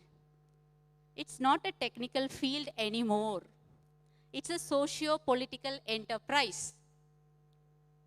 They say nursing is a female-oriented profession. That's a reflection of the society. You are embedded within the larger scheme of things. Understand that. So this field helps you to understand your situation, your position within the larger scheme of things. Where are you? So if you have done community health nursing, you have an edge, actually. I hear that there are no takers for community health nursing these days. Please, it's a big barrier, actually. I'm very sad that that kind of thought is circulating among the nursing fraternity. There is a nice, lucrative career for community health nurses in fields like HPSR. Please do come. Okay. How many of you seen this evidence hierarchy? Evidence-based medicine. How many of you heard this term, evidence-based medicine? Raise your hand. No one? Yeah? So this particular evidence-based medicine, if you really want to understand HPSR, we have to dismantle this evidence-based medicine because it positions certain kind of research evidence at a very inferior position, like meta-analysis, RCTs as something superior kind of evidence, right? Qualitative studies at the bottom of the evidence. That's because you have to understand the philosophy of research. Unfortunately, what is happening in our be it nursing curriculum or medical curriculum, the idea, the way we are oriented towards research, the starting point is methodology. They talk about, experimental designs, non-experimental designs and all that. That is the starting point, and that is a huge mistake there. Because we have to start understanding about research paradigms. Research is all about discovering the truth, right? In quantitative studies, in the way we learn about research, we are oriented like there is one truth and we have to chase that one truth. But in reality, there are multiple truths. If there is an issue in the hospital, let's say violence against healthcare providers, people are coming and vandalizing the hospital. If this is a very complex issue, there are multiple truths to it, not just from the point of healthcare providers. There are also views from patient community, care-seeking individuals, policymakers, so many things are there, right? So there are multiple truths. If you really want to understand the multiple truths, then we have to use a different research paradigm. Don't see the world with only RCTs, meta-analysis, quantitative studies, right? In Tamil they say, no, kannu manjala irundha paakradala manjala irukum, something they say, right? So don't choose your research question based on the method you know. Choose the method which your question deserves. It is the other way, right? So HPSR focuses more on problem-driven approaches, actionable approaches, right? Not method-driven, problem-driven. Change your worldviews. Yeah. So there is a huge, now there are a lot of efforts happening within India to build a community of HPSR researchers. It is not focused only for doctors, also for nurses, you are also welcome, dentists, sociologists, psychologists, all are welcome. The door is open, right? So my colleagues have initiated this Health Policy and Systems Research Platform, HSTP platform, where people from diverse background get training in HPSR. You can also apply it for the next round of fellowships. And I'm also connected with the Emerging Voices for Global Health program. This is again a global platform where once in 2 years, we bring diverse researchers, not just researchers, but also practitioners working in the area of health sector. Together, we deliberate on how do we engage with policies, how do we do policy advocacy, how do we do science communication, and I'm also one of the facilitators in that global platform. The next Emerging Voices for Global Health program is happening in Dubai. Please do apply. Nurses, please. It's not confined only to doctors or some elite group of healthcare systems. It's open for everybody. Only thing, sometimes what happens is that we don't have access to such information. That is also a problem, right? So if you want to have access to such information, we have to build our networks. It should not be like this. We should. I often feel I learn more when I interact with non-health people, people from non-health sector, and try to apply those ideas into your field. It really, generates new neural networks in your terms, if I have to say. Talk with people who don't do health. Your idea about healthcare, your scope about your work, everything changes when you talk to different people. And the funding ecosystem, is there a funding opportunity? Are there people who are supporting these kind of ideas? Of course. There are huge grants that are available within India, I'm talking, not outside India, within India. These are just a few, right? So I'm also funded by this biomedical research career program of the Indian government, who have partnered with Wellcome Trust to explore such grand ideas, the so-called socio-political enterprise of healthcare. ICMR is funding for nurses also. The apex research body of India, we have an idea, ISMR is only for medical college, they will fund. No, they fund your idea, not the institution. That we should remember. So try for that. Okay, now, earlier I gave an example of what a typical community health project looks like, right? Now I will give examples from my own study, what a typical HPSR project will look like, okay? So this is a participatory action research where this is one particular methodology where we say we work with people who are facing the problem and we design solutions to address the problem with people. You are not deciding for people, but you are deciding with people, and there are certain approaches, methods, tools available. So this particular project funded by Wellcome Trust again. So I'm leading this project in one of the southern districts in Karnataka. It's a 5-year project. We are in the 2nd year of the project. So this project, the main aim is how do we engage the communities in the health policy processes. And these communities are from tribal areas, forest-dwelling communities in Chamarajnagar district, right? So I work with the social movements. Have you heard about social movements? You know about protest rallies that are happening, conducted by people. That is an expression of social movement. People coming together to express the frustration, to pressurize the governments to make changes. Social movements do not happen that way alone. It can happen in very different ways. Through research, you can do social movement. And this one methodology particularly supports that. So how do we bridge the gap between the policy community and the lived experiences of people? What resources are required? What capacities are required? What is the science behind collaboration? For that, we can't do RCT meta-analysis. We need a different kind of research paradigm, research approach, right?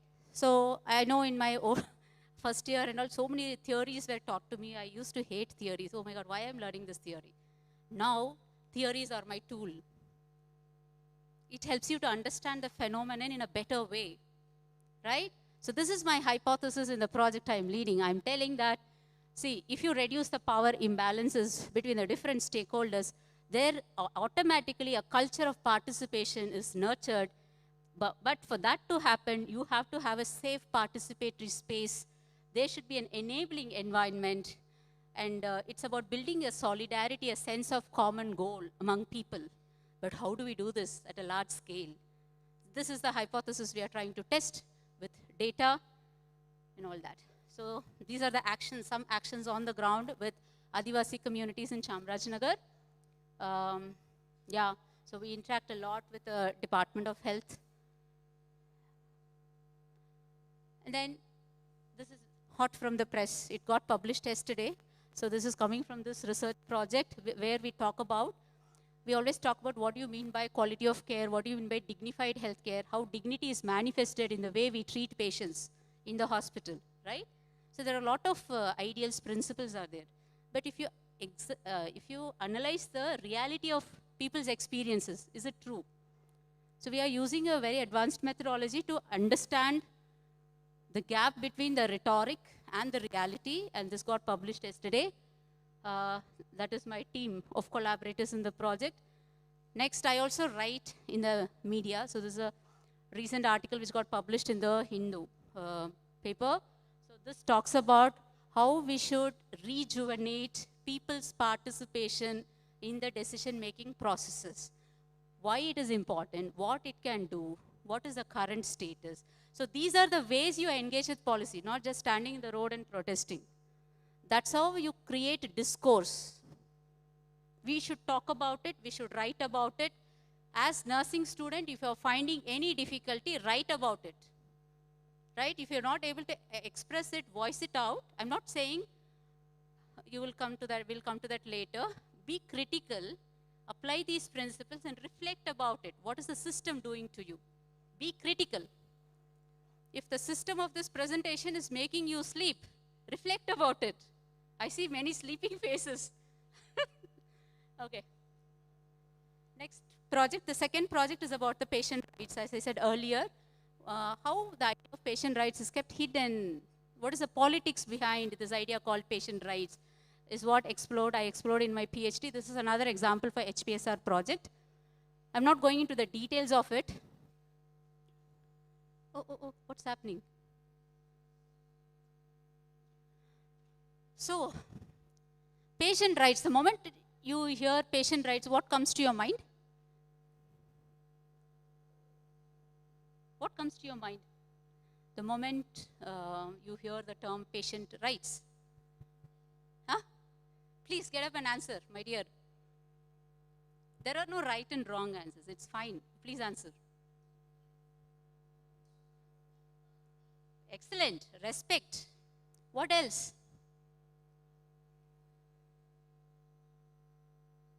This I already discussed, so I'm skipping this slide. I'll come to this later. So these are the list of rights often indicated in the rights charter. Have you seen in the hospital? It will be hung in one small corner where people don't see, people don't talk about it. That's the politics of implementing patient rights. So I used right to complaint, right to grievance redressal as an entry point to understand how this idea of patient rights is understood by healthcare workers like you and me, by care-seeking individuals, by policymakers, how it is interpreted in the policies, and yeah, of course, a PhD was constructed on this. So there is a huge power differential when I don't really like the term patient. It is very disempowering, right? Always don't people come to a hospital for treatment, for illness. People also get preventive care in the hospital. So I prefer the term care-seeking individuals. So there is a huge power differential between the care-seeking individual and the institutions the care-seeking individuals are dealing with, right? So to equalize that, we have patient rights, but in reality, how that is not happening is what I'm reflecting in this HPSR project. And especially when the patient is coming from a very marginalized community, very poor background, then the scenario is very different. The experience is not the same. So I did 3 different studies under this, nested studies, to understand, and these are some of the products, analysis papers that were published in international journals. Yeah, you see the title is very provocative. It's like asking for a necktie when you don't have underwear. People have very limited understanding about rights. That's the pity, right? And the irony is that nurses are asked to be voices of patients. They themselves should experience exploitation, but then they have to voice out for patients. What an irony. What can we do about it? What can we do about it? Yeah. So this HPSR field has also broadened my thinking, and it also helped me to question the practices and the policies. So this is another paper which is soon going to be published in Indian Journal of Medical Ethics, which questions about the pay differentials for medical and non-medical people in the field of public health. If it is an equal position, they have to be paid equally, right? Yeah, you all know there is enormous gender disparity in the way, if you are a manager, if you are a male manager, you are paid more. If you are a female manager, for the same post, you are paid less. There is gender discrimination. Similarly, depending on your background, for the same position, people are paying less. So we are kind of reflecting a group of doctors, sociologists, social scientists. We gathered together and we reflected why such a practice is happening in our country, not just in our country, across globe. So this is another thing. I'm not teaching in nursing colleges, but still I have that inclination towards nursing. So we celebrated International Nurses Day. When it is celebrated? May 12, right? People celebrate nurses like anything. Oh, they are angels of the system. They are indispensable to the healthcare system and all that they say. But they're not really addressing the structural problems we are facing in our country. So I felt frustrated. And then I wrote this piece in Hindu again. Simple thank you is not enough. Do something more about nurses in India, please. So you can read about it. A long time ago, when I was taking baby steps in this field of HPSR, I wrote this first piece, applying this HPSR lens. How do we actually enhance the professional autonomy of nurses? What does that mean? My dear friend Surya is a clinical nurse specialist sitting there working in the PSG hospital. But in our country, the reality is it is not legalized. We don't have a legislation to protect such nurse practitioner role. Why?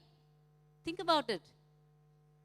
After a long struggle, Australia, they brought in a legislation. It all started from nurses. The change started from nurses. They were together. The solidarity was there. Why we are missing that solidarity? Yes, we need money to live. We need quality of life. Go abroad, do fantastic work there, learn from there, but please come back to India. Please come back to India. Like, that is very important. You can be local and do fantastic job. There are multiple opportunities. Only your imagination, that is the entry point for you. There is no limitation for what you can do from where you are. So read this paper, it is openly available. I critically reflect on the nursing education system, how the idea of nurse practitioners can be rolled out in our country, what kind of support, policy support is required. So, time up, yes. So much to do, so little time. So let's come to the second part of nursing, right? Okay. Being a nurse, you can do this kind of work within the HPSR field, but the field itself can do a lot of things for nursing field, for nursing fraternity. What it can do? Critical questions like, may I request any young budding professional to come on the stage and read these questions aloud? Please. Anybody? Please come. My humble request. Partly because I'm tired. No, not like that. Anybody? Quickly. Young, energetic souls, please come forward. Great. Let her get a round of applause.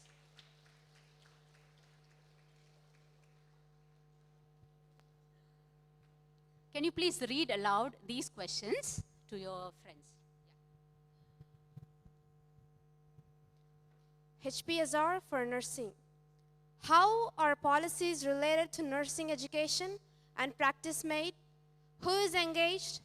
Who is excluded from these processes? What are the policy level barriers to legalizing nursing practitioners in India? What kind of reforms are required in nursing education? Equity, equality, transparency, accountability in the governance of nursing systems. How power circulates within the governance of nursing workforce. Thank you. Thank you so much. I feel so energized. So these are the kinds of questions you can explore using this HPSR lens. Multiple opportunities are there, but if you really want to engage more with this field, I really want to end my presentation with this slide.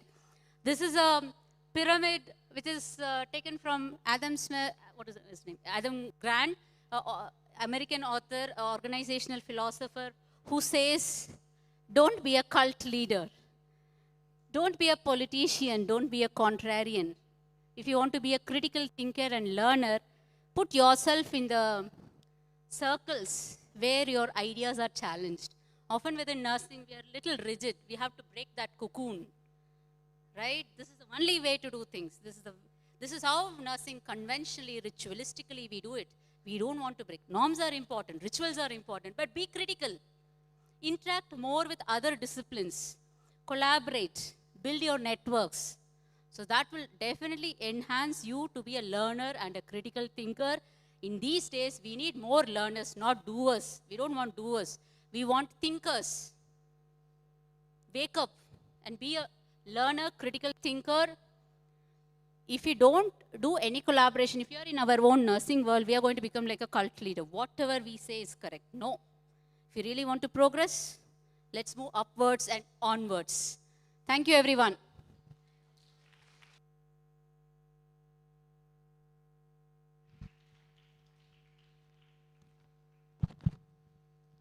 Thank you, Dr. Meena, for the inspiring session. It was a very nice presentation. And this question, whether the nurse can be included in policy making. You can think it of whether you are included in policy making. Who is Who is making policy for nurses? Not from the nurses. Somebody from the politics or somebody from the government, they are making policy for us. That old concept we have to change. How we can change that old concept? Otherwise, if you are working in the hospital, who is making policy for you? The one who is in the management. They are making policy for us. That we have to change it. As a member, we should also include in policy making. How? We should also include in research. Nurses-led research should be there. We should come out of this old concept. Our old concept is nursing care or come work in the educational institution or in the community. We have to break all these rules. Some persons like Dr. Meena, she is working in the community and she is involving in policy making. Like that, we have to break the rules and come out of the old concept, and we have to start involving policy making. Then only we can change this old concept. Thank you, Dr. Meena, for inspiring us. Your session was very motive. Okay. So all the best for your future endeavor and all the best for your success. Thank you so much, ma'am. Do you have any doubts? Any clarification? How we can involve in policy making? Whether there is any organization is there to make the policy. Like that, if there is any doubt, you can come and ask. I'll also share a little bit about what it feels like living a HPSR person. The work is very flexible, a lot of creativity is possible, a lot of collaboration opportunities, sharing opportunities, no sir, madam business in that community, you know, quite open, but of course, challenges are also there.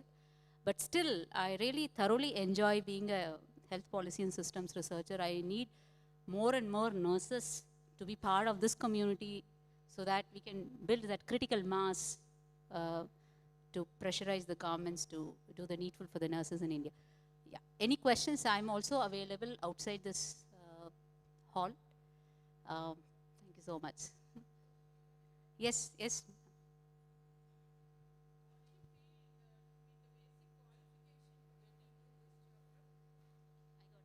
So ma'am is asking what is a basic qualification. I'll give multiple examples. Then you will have an idea what is a basic qualification to become. I did BSc, then MSc in community health nursing, then I did MPH and then PhD, and then I'm doing this business. My colleague who's working with me, she did BSc and she did MSc in obstetrics, OBG. She's also working in this field as a researcher. She's doing PhD in HPSR, right? There is another person in the same institute where I'm working. He has done BSc in nursing and part of the HPSR project. There are multiple positions available. He's also part of it, but he has just done BSc nursing. But I'm quite sure in another 1 year or 2 years, he will just be elevated because he's getting multiple opportunities to do several courses abroad, outside, because the networks is getting exposed to is also like that. So there is nothing like basic qualification. If you're really interested, look for such opportunities, look for this public health institutes in India, within India and abroad, apply for it. Sometimes they prefer nurses to be available for such research projects. The world is yours. Any other question?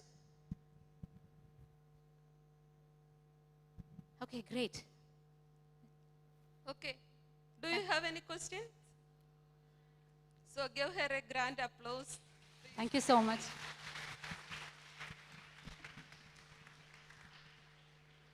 Thank you, ma'am, for your enlightening session, highlighting the crucial role of nurses in shaping healthcare systems through policy and research.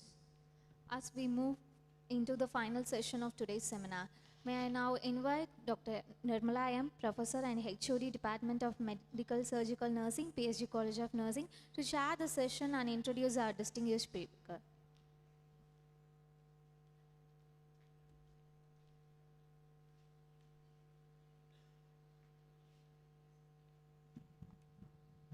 Good afternoon to all. So again, the last session of Mrs. Joshi. So she was feeling very bad that again, I'm the third person to start the session and to complete it fast. So we will do that. So being a proud teacher of her, first batch of mine in PSG College of Nursing after my PG. Okay, so I'm so proud of Meena and Joshi.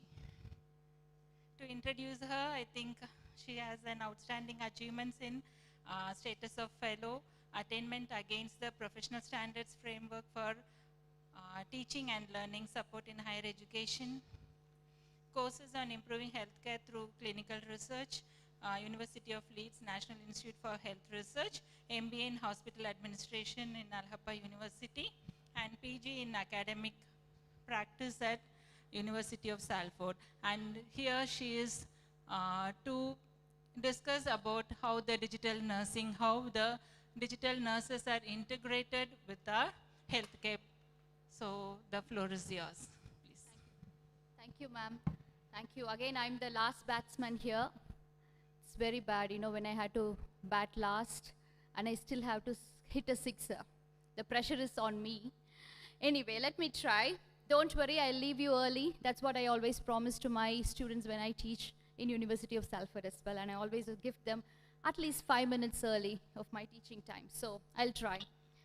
So today, without any further ado, let me just jump into my topic, which is digital health nursing and introduction. I'm not going much deeper into the theories or anything. You know, when I started my flight from Manchester, I didn't have a physical copy of a flight ticket. I had to just scan. When I came here, the taxi driver was asking me for the OTP. Again, I need to have my phone. And even when I was using a bus, even a lady who was selling a jasmine flower, Pookara akka kuda, kanna GPay pannidumanu, she gave me a code. That's how digital is everywhere.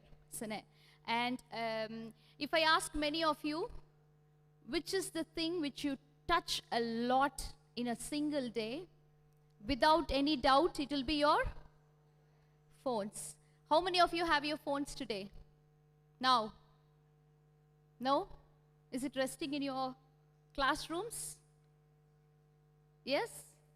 Okay, because I wanted to ask you all to scan a QR code. That's fine. Maybe I'll jump that session. So, with my learning objectives, we are going to have a deep understanding, an overall understanding of what is digital professionalism and why is it important for you as nurses, what is digital identity, and some evolving nursing technologies. So about me, can I have the hand mic as well?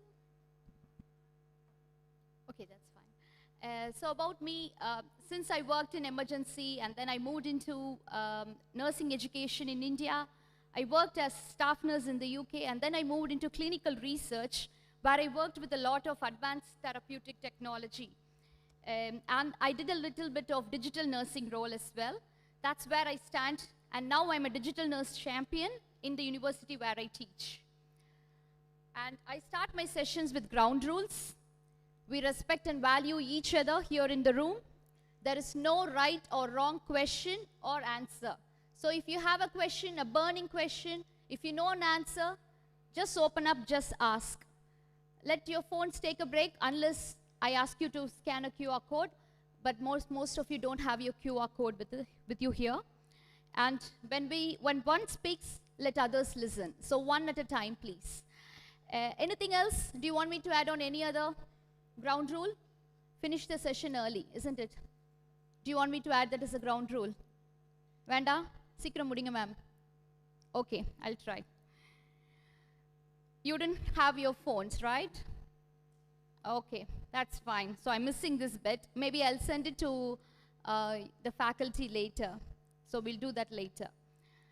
I'm going to ask you all a quiz now. Whoever knows the answer, just raise up your hand. Be bold, be brave, come up and speak. We are going to play a game, okay? I'm giving you tips you need to find and crack and tell me who this is. Who am I? The first tip, I crossed 5 million downloads in just 3 days. 5 million downloads in just 3 days. Any guess? Airtel? ChatGPT? Okay, okay. Let me go for the next clue. I became the world's fastest growing mobile app, surpassing Pokemon Go with 50 million installs in 13 days. How many of you play Pokemon Go? No? Okay. So, within 13 days, it hit 50 million installs. Any guess? ChatGPT? Illaya. Vera? Any guess? Just open up.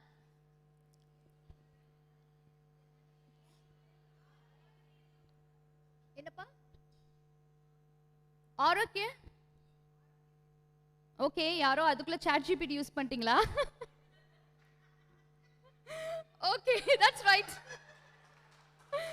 So I was launched on 2nd April 2020. I use Bluetooth and GPS to alert users about the potential COVID-19 exposure. You're right. Anyway, who's used even ChatGPT, kudos to you. You're right there, using your digital skills there. Very good, well done. Answer is Arogya Sedu app. Nyabagam irukka? Few years back, you would be in your high school, I guess, maybe in your middle school. When COVID hit, this was the app that was downloaded all over in India. In UK, we had a different app, which is called the NHS COVID-19 app. In India, we have the Arogya Sedu app. Though it had its own downfalls due to technicalities, it was widely used. This is an example of what digital can do. Do you agree with this statement? Every nurse is a e-nurse or an electronic nurse. Raise your hands if you agree with this. Ella nursume electronic nurses thana. Is every nurse an e-nurse? Do you want every nurse to be an electronic nurse? If you agree, raise your hands. No one agrees. Anyone? So what do you mean by electronic nurses? Sorry? Okay, so they communicate even in distance. They are called electronic nurses. Okay, okay. So what about all of you who use your phone? Do you think you are electronic as well? What about all of you who Google to find health information or nursing studies, or when a patient is asking you, can you actually show me something? You use your phone and show them the procedure. Do you think you are electronic nurses as well? Yes or no? If it's yes, raise your hands. No. So do you all agree that you are not electronic? So none of you are electronic in this room. Do you? All of you are electronic nurses. The goal is to make all of you as electronic nurses. It doesn't mean what role you play. You could be a staff nurse. You could be a public health nurse. You could be a nurse educator. As a nurse educator, you use PowerPoint to teach. You are an electronic nurse. As a student nurse, ungalukku electronic medical records access irukapa? Students also have. So you are electronic nurses. எத்தனை பேர் WhatsApp use பண்றீங்க? எல்லாருமே. அப்ப நீங்க எல்லாருமே electronic தான்ப்பா. So the idea is, people think only nurses who study health informatics, only nurses who work as telehealth nurse, or only nurses who work as clinical application analysts or electronic nurses. No. When we call it digital, it doesn't mean only all those digital applications and apps. It starts right from where you are sharing your mobile data, from where you are accessing the internet, from where you are using social media. So do you now say, all of us are electronic nurses? Yes or no, pa? If yes, wave your hand. Okay, கொஞ்சம் பேர் தான் electronic, கொஞ்சம் பேர் இன்னும் தூங்கிட்டு இருக்காங்க. பக்கத்துல உள்ளவங்களை தட்டி யுவர் எலக்ட்ரானிக்னு ஒரு ஷாக் கொடுங்க. Thanks. So what is digital nursing? What is digital nursing? In your own terms, can someone tell me what is digital nursing? Final years? First year, second year, third year? Anyone? Please come. There is no right or wrong answer or question. What is digital nursing?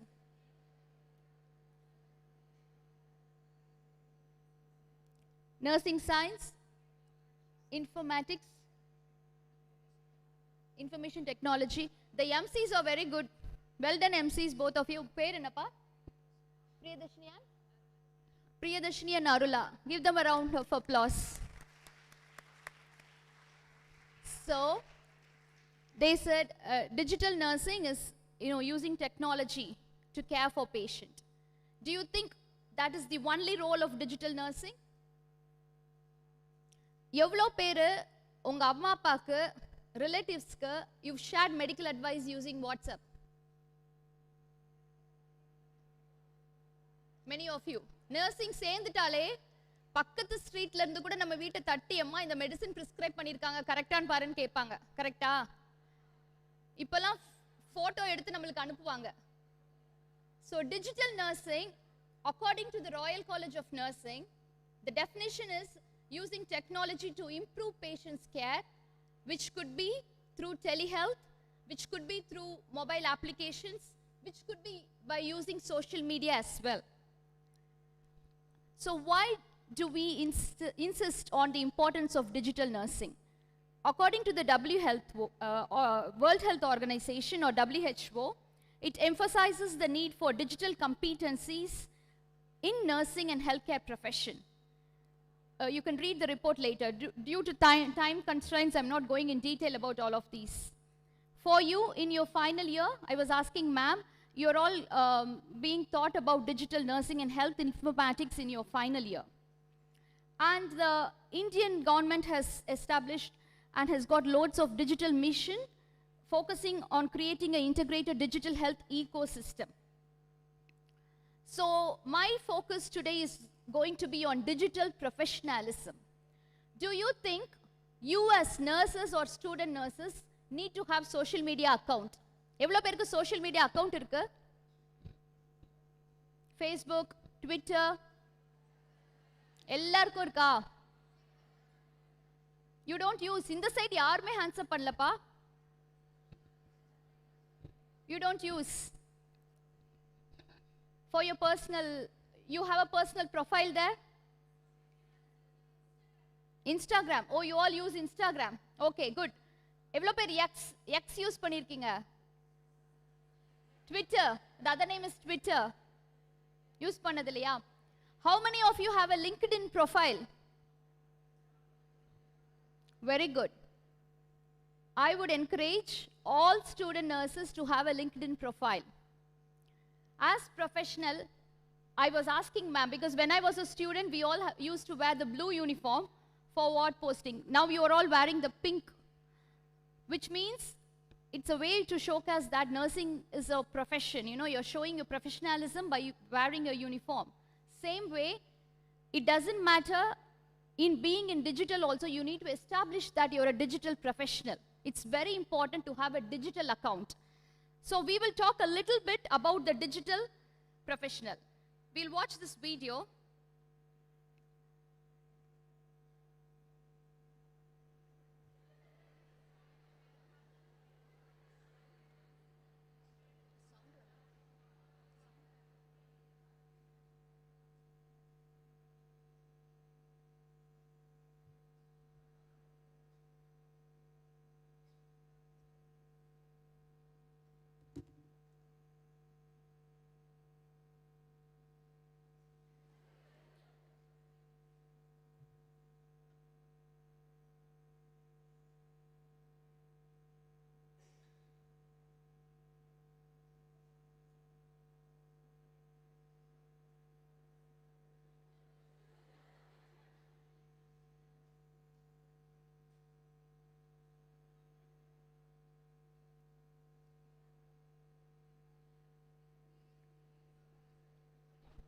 That is an example of where we are all now. Even the newborn is learned to be digital. Sometimes there is a saying, so I was working in a role where I was saving all my patients recruitment details in a shared drive. One of a nurse who is highly skilled, who has got more experience, I was asking her to share it in an Excel sheet. She said, "Ayyo, enak Excel sheet la vena. It's very hard." She wrote it in a nice piece of her diary, wrote all the patient details, locked it in her cupboard. She went for annual leave. Nalla 3 weeks ku poitanga. I had to recruit a patient for a research trial. I couldn't access the information. When she came back, I was asking her, "You need to learn this. It's a very simple thing. You know, being technical doesn't mean you need to learn all the coding language," just like Anna said during his presentation. Being technical is starting from little things like having a digital professional social media account. So I had to train this colleague of mine for some time to use an Excel sheet. Later she said, "I'm very good in even intubating patients, but saving something in an Excel sheet is very hard. I can't do that." So as nursing is evolving, we need to evolve as well. Right now, information is everywhere. Just like the video we watched, even a new baby is born with it. And if you look into the information, long ago, patient depended on what doctors tell them. They blindly relied on us. In 1990s, patients started finding information. In 2000s, when we were all in nurses, they found information from each other, but now information finds patients. COVID appo, there were loads of rumors. Few of them was real, few of them was real. The way it was spread, the way it could be cured. So information is finding us. Even for you, when you just open your mobile phone, you can see apps coming, you can see YouTube videos coming on their own. You can see loads and loads of information. So patients are also equipped with that. Now it is the role for us as nurses to embed our digital professionalism in that care. So look into this slide and tell me if it is real or real, whatever the information here. Drinking coffee is associated with a lower risk of diabetes and dying in those who have diabetes. If you think this is real, which is true, which is false, raise up your hands. If you think this is a false information. Drinking coffee is associated with a lower risk of diabetes and dying in those who have diabetes. If you see this information online in a Facebook page, will you think this is a real information or a real or a fake information? Real, Real. How many of you think it is real? Okay, thank you. Look into the next information. Do not ignore, coffee can worsen diabetes. So in the first information it said, it has a lower risk of diabetes and dying. Second information says, coffee can worsen diabetes. Two contradicting information from a same page. So which one do you think is real? The first one or the second one?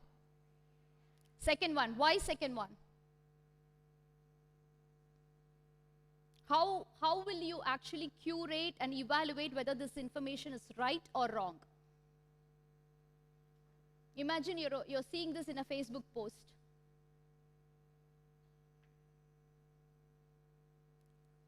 And maybe your neighbor who is actually recently diagnosed with diabetes is asking you, "Amma, na coffee kudikalama vendama?" Rendu information irukku. Idhula edhu true? How will you evaluate this? Eppadi kandupidipinga?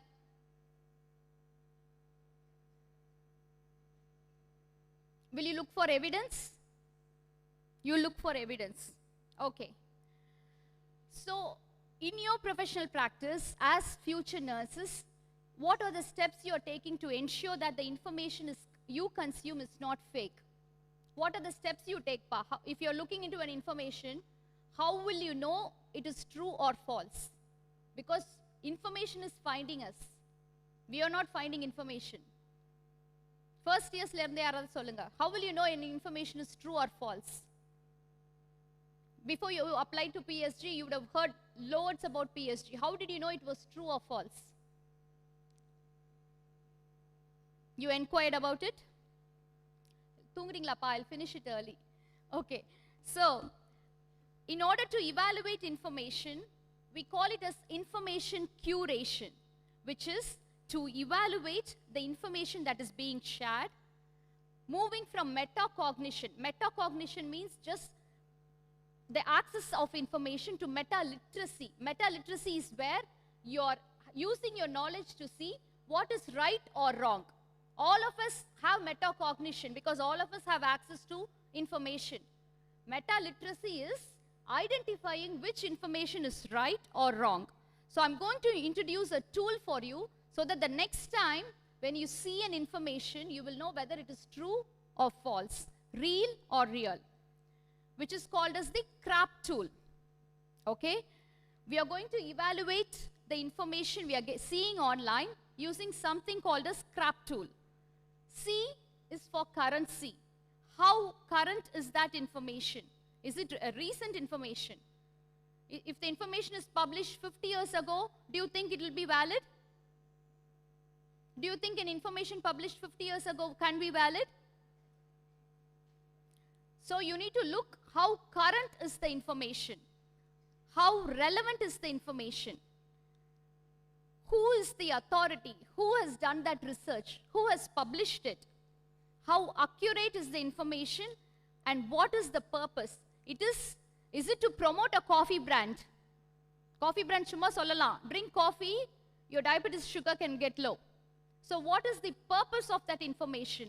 So it is called as the CRAP tool, in which I'm going to teach you how to evaluate the information using the CRAP tool. So now look into this information again. The first information. Is there an information on when it was published? Currency na, when it was published. Can you find it?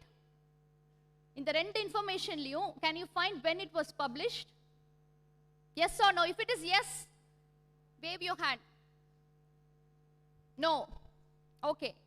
Is there any relevance of the information? Like, who has done this? For what they have done this? Yes or no? No, na, wave your hand, pa. No. Okay. Authority. Can you find who are the authors of this publication? Enga the information irka? No. Accuracy. Are you able to double check this information somewhere? No. Purpose. Is it shared here? Who has published it? For what they have published it? Are you able to identify the purpose of this information? No. So would you think this is a reliable information? Appa idu real?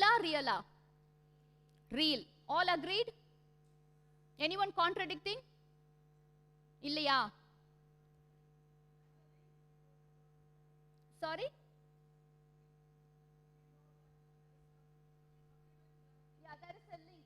There is a supplement, clonity.com. So do you think that is an authorized publisher? Link? Yeah, very good, well pointed. So you need to look into the author's publication website and see whether they are a professional body. Are they a professional body like the NIHR, like the IMSR, or someone who is delivering the health policies or research policies? So if you go into their website, it could be a generic website. When we call it as generic website, anyone can create, I can create a website and I can say, Joshi is the best speaker who can never make students speak in the class, sleep in the class. I can tell that, but what is the authority or the proof to prove that? So anyone can create websites. You need to look into the authority and like rightly pointed, ma'am, thank you. So, you need to check into their website. Now look into this information, okay? Are you able to see the currency or the date it is published? Is it published? Can you see? You can see the date it was published. And when was it? August 2022. Do you think it is a recent one? How do you find if an information is a recent one or not? Less than 5 years, 5 to 10 years. Now recently we call it only for less than 5 years. Relevance. Do you think it is relevant? So this is actually published by National Institute for Healthcare and Research and Healthcare and Excellence, or call it as NICE, who gives the guidelines in UK. So do you think they are relevant? அவங்க தான் பாலிசியை create பண்றாங்க. So it is coming from them. Do you think it is relevant? Yes or no? Thank you. Authority. Do you think the authors or the ones who published or professionals?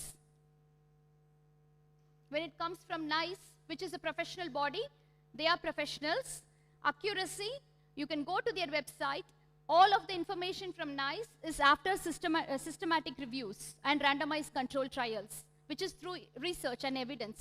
So it is true, and the purpose, they are the ones who formulate guidelines for treatment in the UK.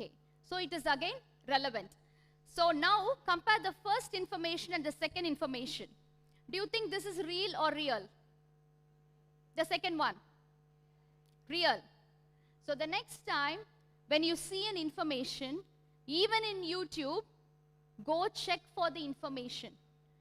We as nurses should be empowered to check the curation of the information we share with our patients.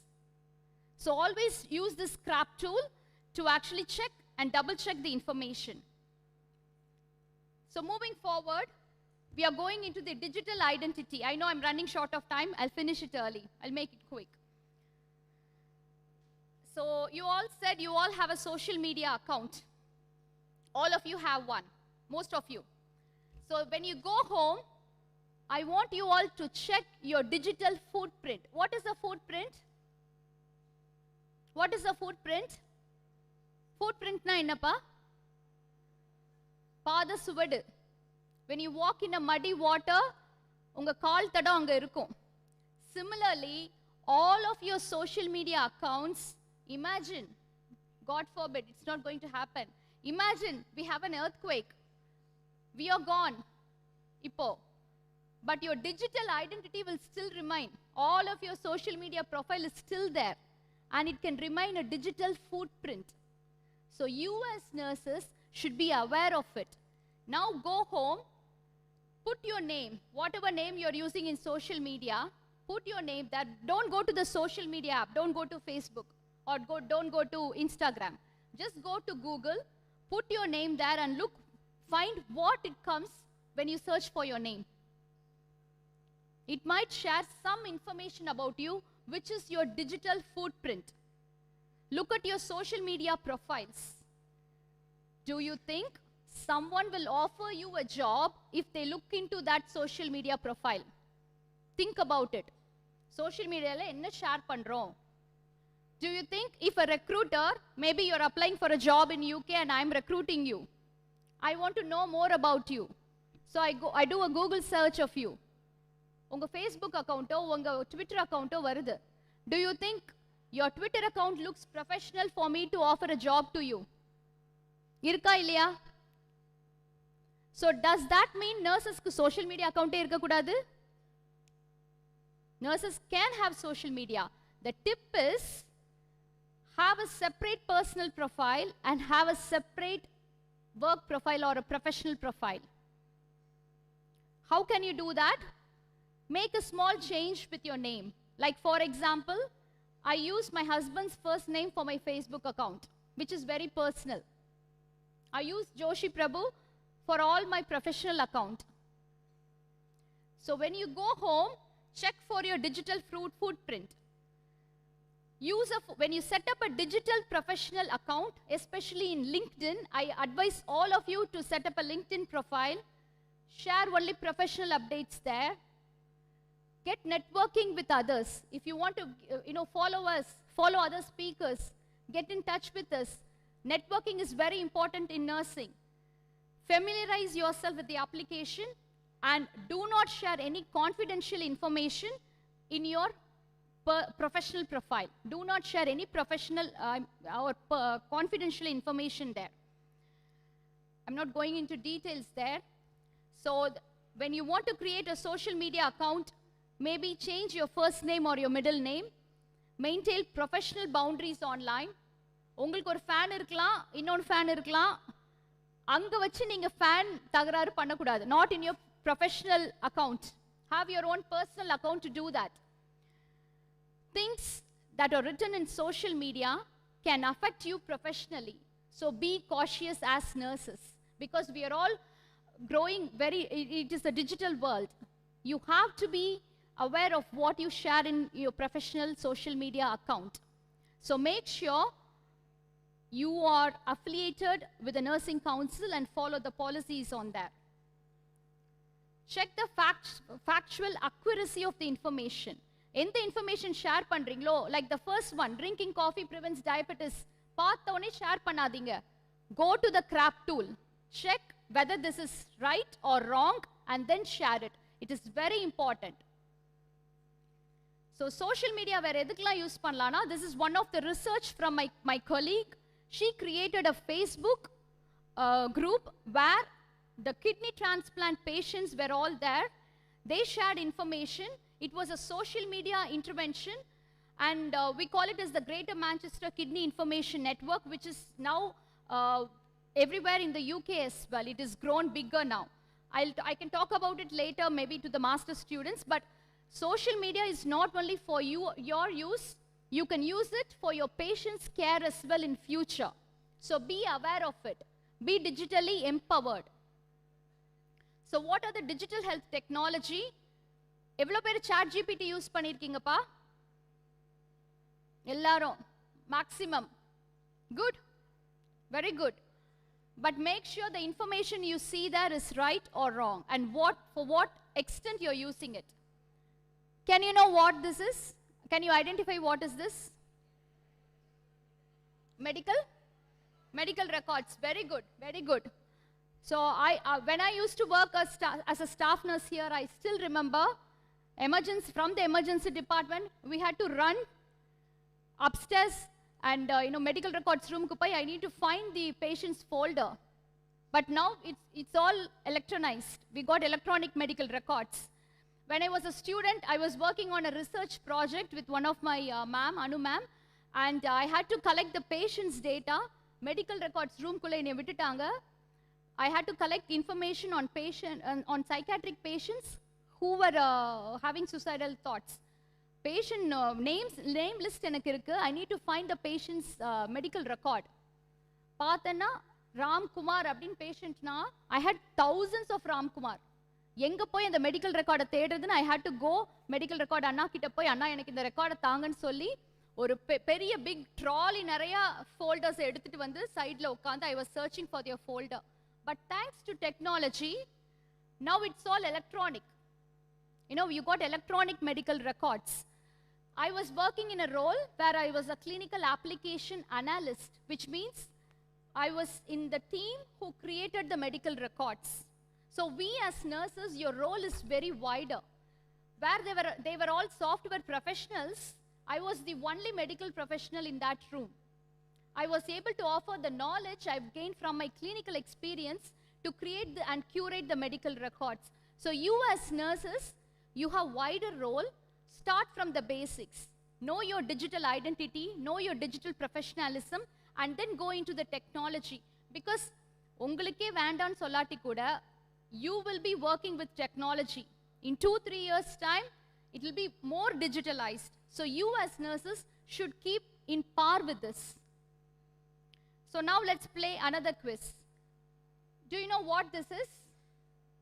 Yarka therima? Please raise your hands or come forward. Yes? Please come forward. Please come forward. Iron lung. What is his answer? Iron lung. So very good. Well done. Do you know what is iron lung used for? Ventilation. Look at the picture. That was the old time mechanical ventilation. During COVID, we had patients on mechanical ventilator. Imagine all the patients being put into this mechanical ventilator. Thanks to technology and digitalization, we mechanical ventilators now. So that was the old iron lung, which is actually now evolved and moved into the mechanical ventilator. We as nurses, you can still see a nurse, you can see a pediatric patient there, and there is a nurse next to him. The nurses were equipped to treat and to work with those heavy iron lung machines. Here also you can see a nurse. We as nurses are now equipped to work with the mechanical ventilators as well. Can you identify what this is?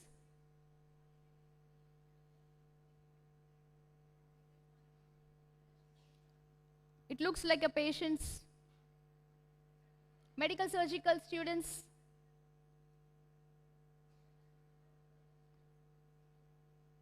You can see target blood sugar, basal, bolus insulin. It is a patient's diabetes record. The patient has recorded his pre-prandial, which is pre-glucose and post-glucose. As I mentioned, I worked with technology in diabetes care. Idhula edavadhu puriyudha handwriting? Can you understand this? I had a patient, or patient engitta vandanga. She said, I was taking my cat for a walk. That morning, my blood sugar dropped down. I felt giddy. Appa na kette, what happened before that? What did you do? She couldn't remember. She showed me her diabetes monitor record like this. Onnume puriyala. 8 3 ஆன்னு தெரியல, எல்லா 7 ஆன்னு தெரியல, 0 1.01 தெரியல. Because the handwriting was very muffled, and பழைய காலத்துல ஒரு joke சொல்வாங்க, டாக்டர் நல்ல கிறுக்கி எழுதா, you got doctor's handwriting னு சொல்வாங்க. இப்பவும் சொல்றாங்களா தெரியல. So even as nurses, there were medication errors where nurses have missed or they have misinterpreted the writing. They have administered 10 units of insulin instead of 1.0 unit of insulin, just because the decimal point wasn't clear. Errors like that had happened. But now, we got electronic records and electronic diary, where the patient can enter their symptoms. We can sit in our own office rooms and we will be able to monitor the patients. This is the evolving technology. So in future, I worked with patients during COVID-19. I was working on a COVID-19 vaccine trial. Patients எல்லாத்துக்கும் இந்த electronic diary கொடுத்துருவோம். They will be filling in their symptoms there. When they were scoring high, we will call them and say, you're scoring high, come for a COVID-19 checkup. That will happen when you all graduated, when you are working in your nursing role. So you should be equipped and be having knowledge about all these technologies. Earlier, how many of you know to check and do a finger prick glucose test? Most of you? Very good, very good. Have you looked into a glucose sensor? Yara sensor pathirkingla pa? Sensor, have you heard about it? Very good. Can you explain? Glucose sensors enga pathirkinga? For patients?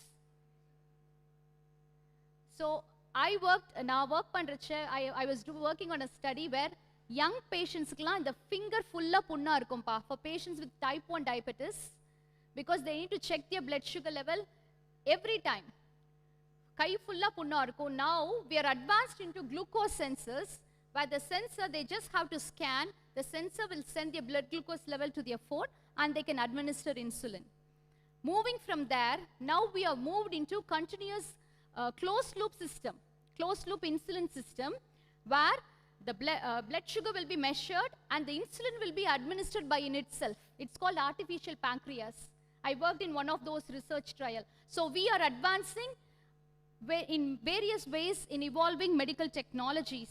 So for you, it is high time as nurses to get equipped with all these technicalities as well.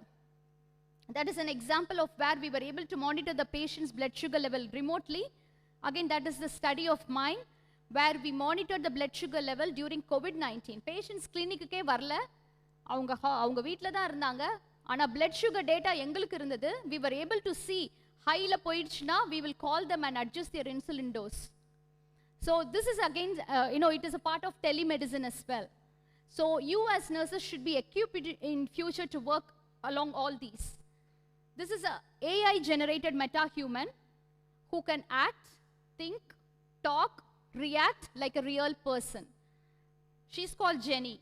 Jenny, can you make some expressions for me?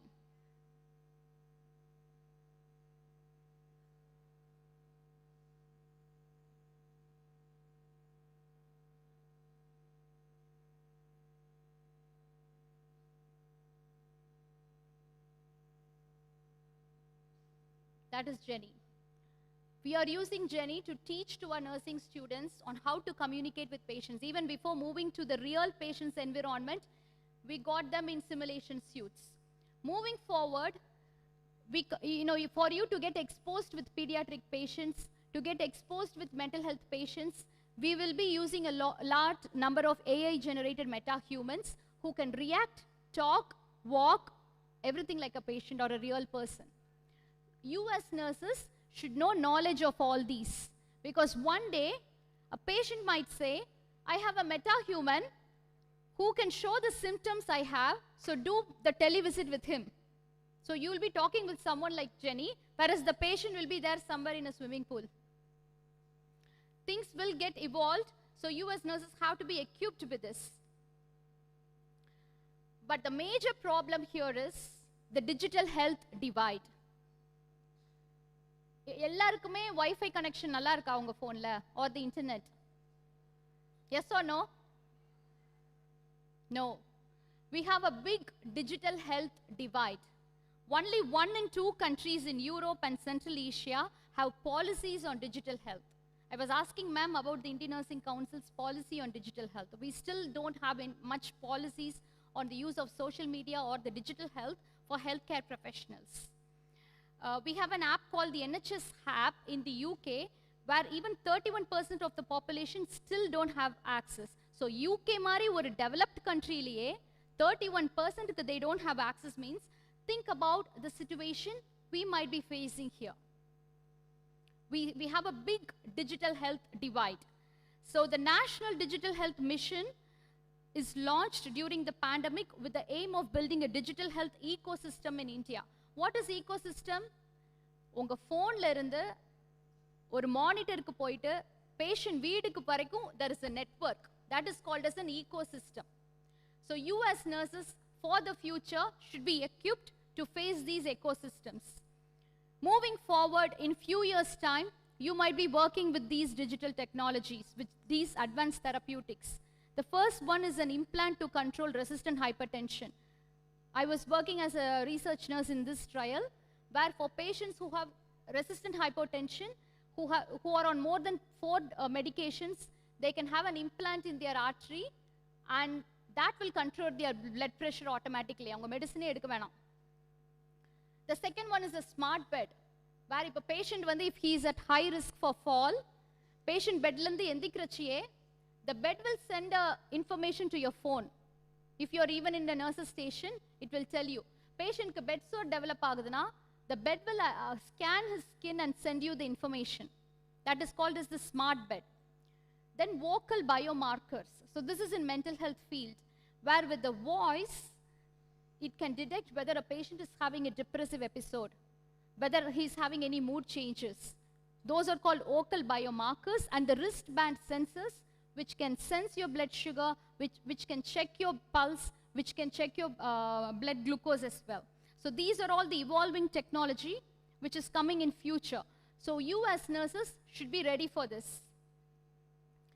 To conclude, I'm a strong advocate of digital, and I'm a digital nurse champion.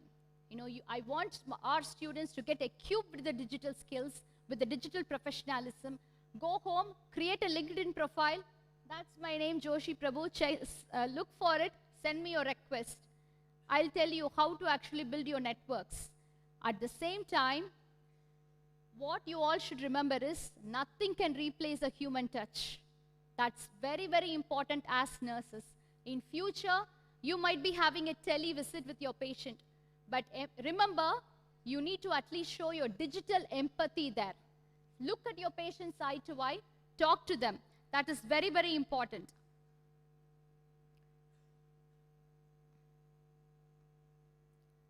I'm going to play a small game and we are going to finish, okay?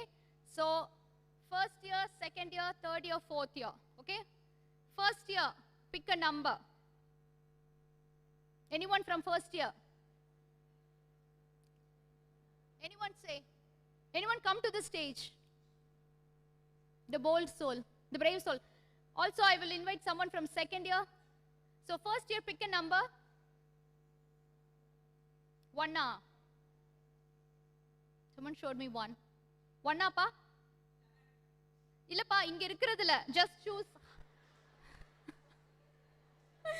Maybe that's your lucky number. Don't worry. Inge irukkiradilla, just choose the right side 100 or 200 or left side 100 or 200. Iduva. Okay. What's your name? Riyas. Siyas. Vias. Okay. This is from my own thing. Can you expand the crab tool?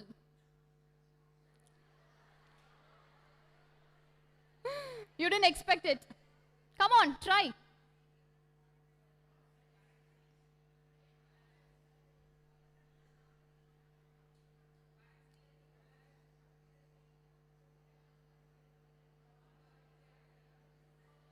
Very good.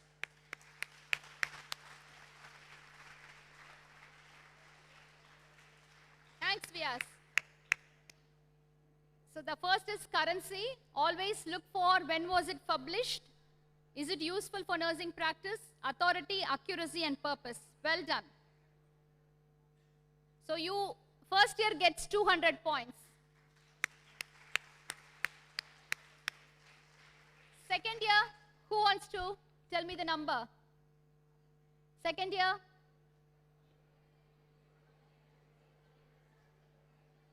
Come on, brave souls.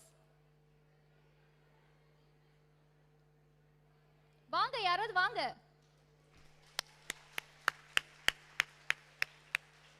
Which number?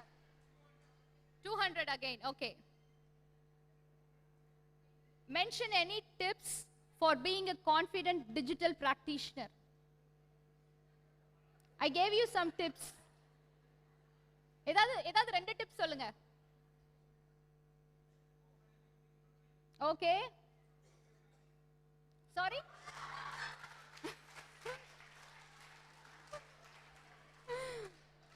Follow அப்புறம் பண்ணிக்கலாம். Tell me the other tip. One tip accepted. Anyone else? Very good. Very good.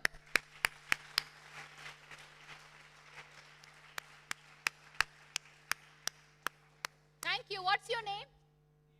Deepak. Deepan. Okay, Deepan. Good. Well done. So yes, maintain your professional boundaries online. Those were the answers. Now, third year. You only have a left 100 or a right 100. Third year. Where is third year? Come on. நீங்க சீக்கிரம் சொன்னீங்கன்னா சீக்கிரம் வீட்டுக்கு போலாம். Third year. எந்திரிங்கப்பா. Or you third year? இல்லையா? Okay, third year. I'm going to click on the number. Anyone can answer. How will you check the reliability of an information online? Using the? Very good. First year and second year well deserved 200 points. They stood up immediately. Come on, third years. Final year, time to prove. Who is the brave soul? Come on.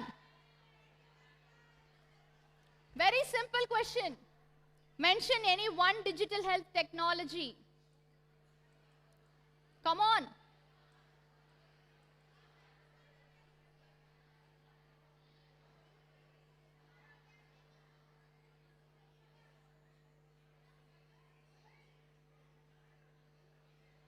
Someone. What is the answer, Pa?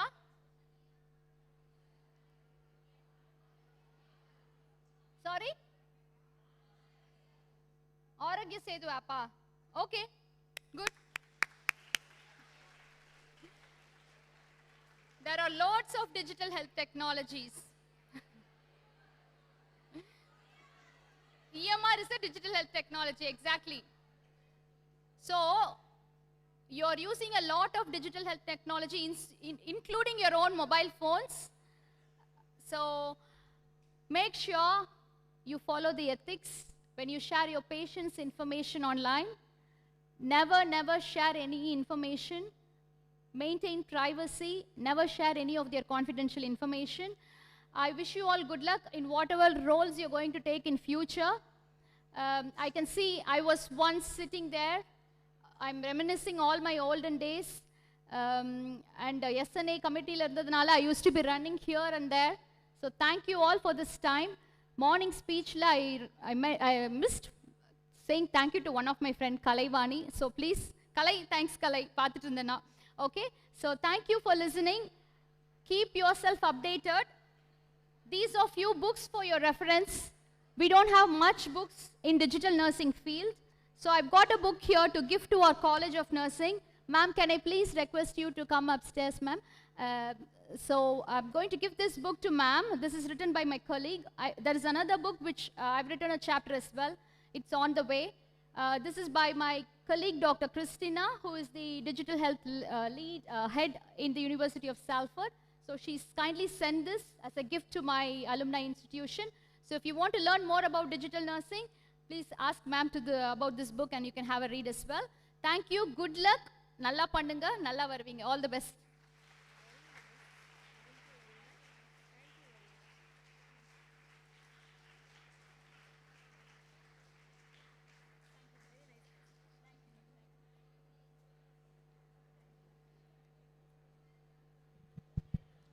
Thank you so much. So it was an excellent presentation and it was an eye-opener. Since we are using this electronic medical record in our hospital, and we do use, as you all said, the chat GPTs and AIs, those things are now going to be on patients. So the traditional nursing is being transformed to the digital nursing. So thank you for the wonderful presentation. So I just want to know what are the challenges you face when you have, because you said the therapeutic touch or the human touch is missing in this. So what are the barriers or the challenges you face when you use this digital nursing? Thank you, ma'am. That's a very good question. The barriers and challenges when we use digital nursing is first the resistance within the staff, resistance within the colleague, like the incident I shared. My interest in digital actually started in when I was in my final year posting. We had midwifery posting in Ooty GH. I was asking ma'am about it. Looks like you guys don't have it. We were all very fortunate. We went to Ooty GH for a midwifery posting. That was the first baby. I was actually, along with my friend, we were actually about to deliver the baby. That was a malformed baby. The baby was born dead. When I asked the mom about it, she said she hasn't visited the hospital since she got pregnant with the baby. The first time she visited was only now. So I was thinking in my mind, couldn't we have a reminder to be sent to these moms? You know, when we find that they are pregnant, can't we send a reminder? But we don't have that capacity. So I would say the next one is, the capacity, it could be the infrastructure is the next barrier, ma'am. Financially. And in a very populous country like India, the digital literacy is lagging. All of us have mobile phones, but how are we using it ethically? That's lagging. That is why I insist on the digital professionalism. So these are few barriers that's coming into my mind, ma'am. Thank you. So I think Indian nurses also, we have to have a good learning about the digitals and how to be used. What about the cyber security in UK or somewhere, how it is being secure the patient data? Yes. Because once the patient data are included in the electronic, all the world can be able to see how the cyber security is being maintained over there. Thank you, ma'am. That's another good question. So in regards to the cyber security, that's why we always choose the best practice partners to work with, who are very well, acclaimed in working. But we always have a plan B. So I tell my students whom I teach, yes, you have to be digitally equipped, You need to learn how to check blood pressure using an automatic blood pressure machine. But one day the machine might fail. So you might also be equipped to check the blood pressure using a manual machine. So I trained them. That's the same with digital as well, ma'am. When there is a plan B, when the system, there is a shutdown, we will all switch into the standard operating procedure, which will be using a paper records for that time. Globally, that is the only option. But now, thanks to technology, we have inbuilt a lot of infrastructure within these digital technologies. So the cyber security and the cyber crime rate could be less. Good. Thank you, ma'am. Thank you so much. Thank you, Any ma'am. other questions from the audience side? Any questions? Students? Vitta podonu irkingalla. Any questions? Okay, thank you. Thank you so much. Thank you, Thank you, thanks. sir. Thank you, ma'am, for your insightful presentation on integrating technology and innovation into nursing practice. With that, we come to the end of the day of the alumni seminar. On behalf of PSG College of Nursing, we extend heartfelt thanks to all our distinguished speaker, sessions, chairpersons and participants for making the seminar a great success. Special thanks to our principal, Professor Dr. R. Jayatipa, for her continuous guidance and support in organizing this program. Thank you all once again for your valuable time and participation. This is Ms. Priyadarshini and Ms. Arula signing off behalf of PSG College of Nursing. Have a pleasant evening.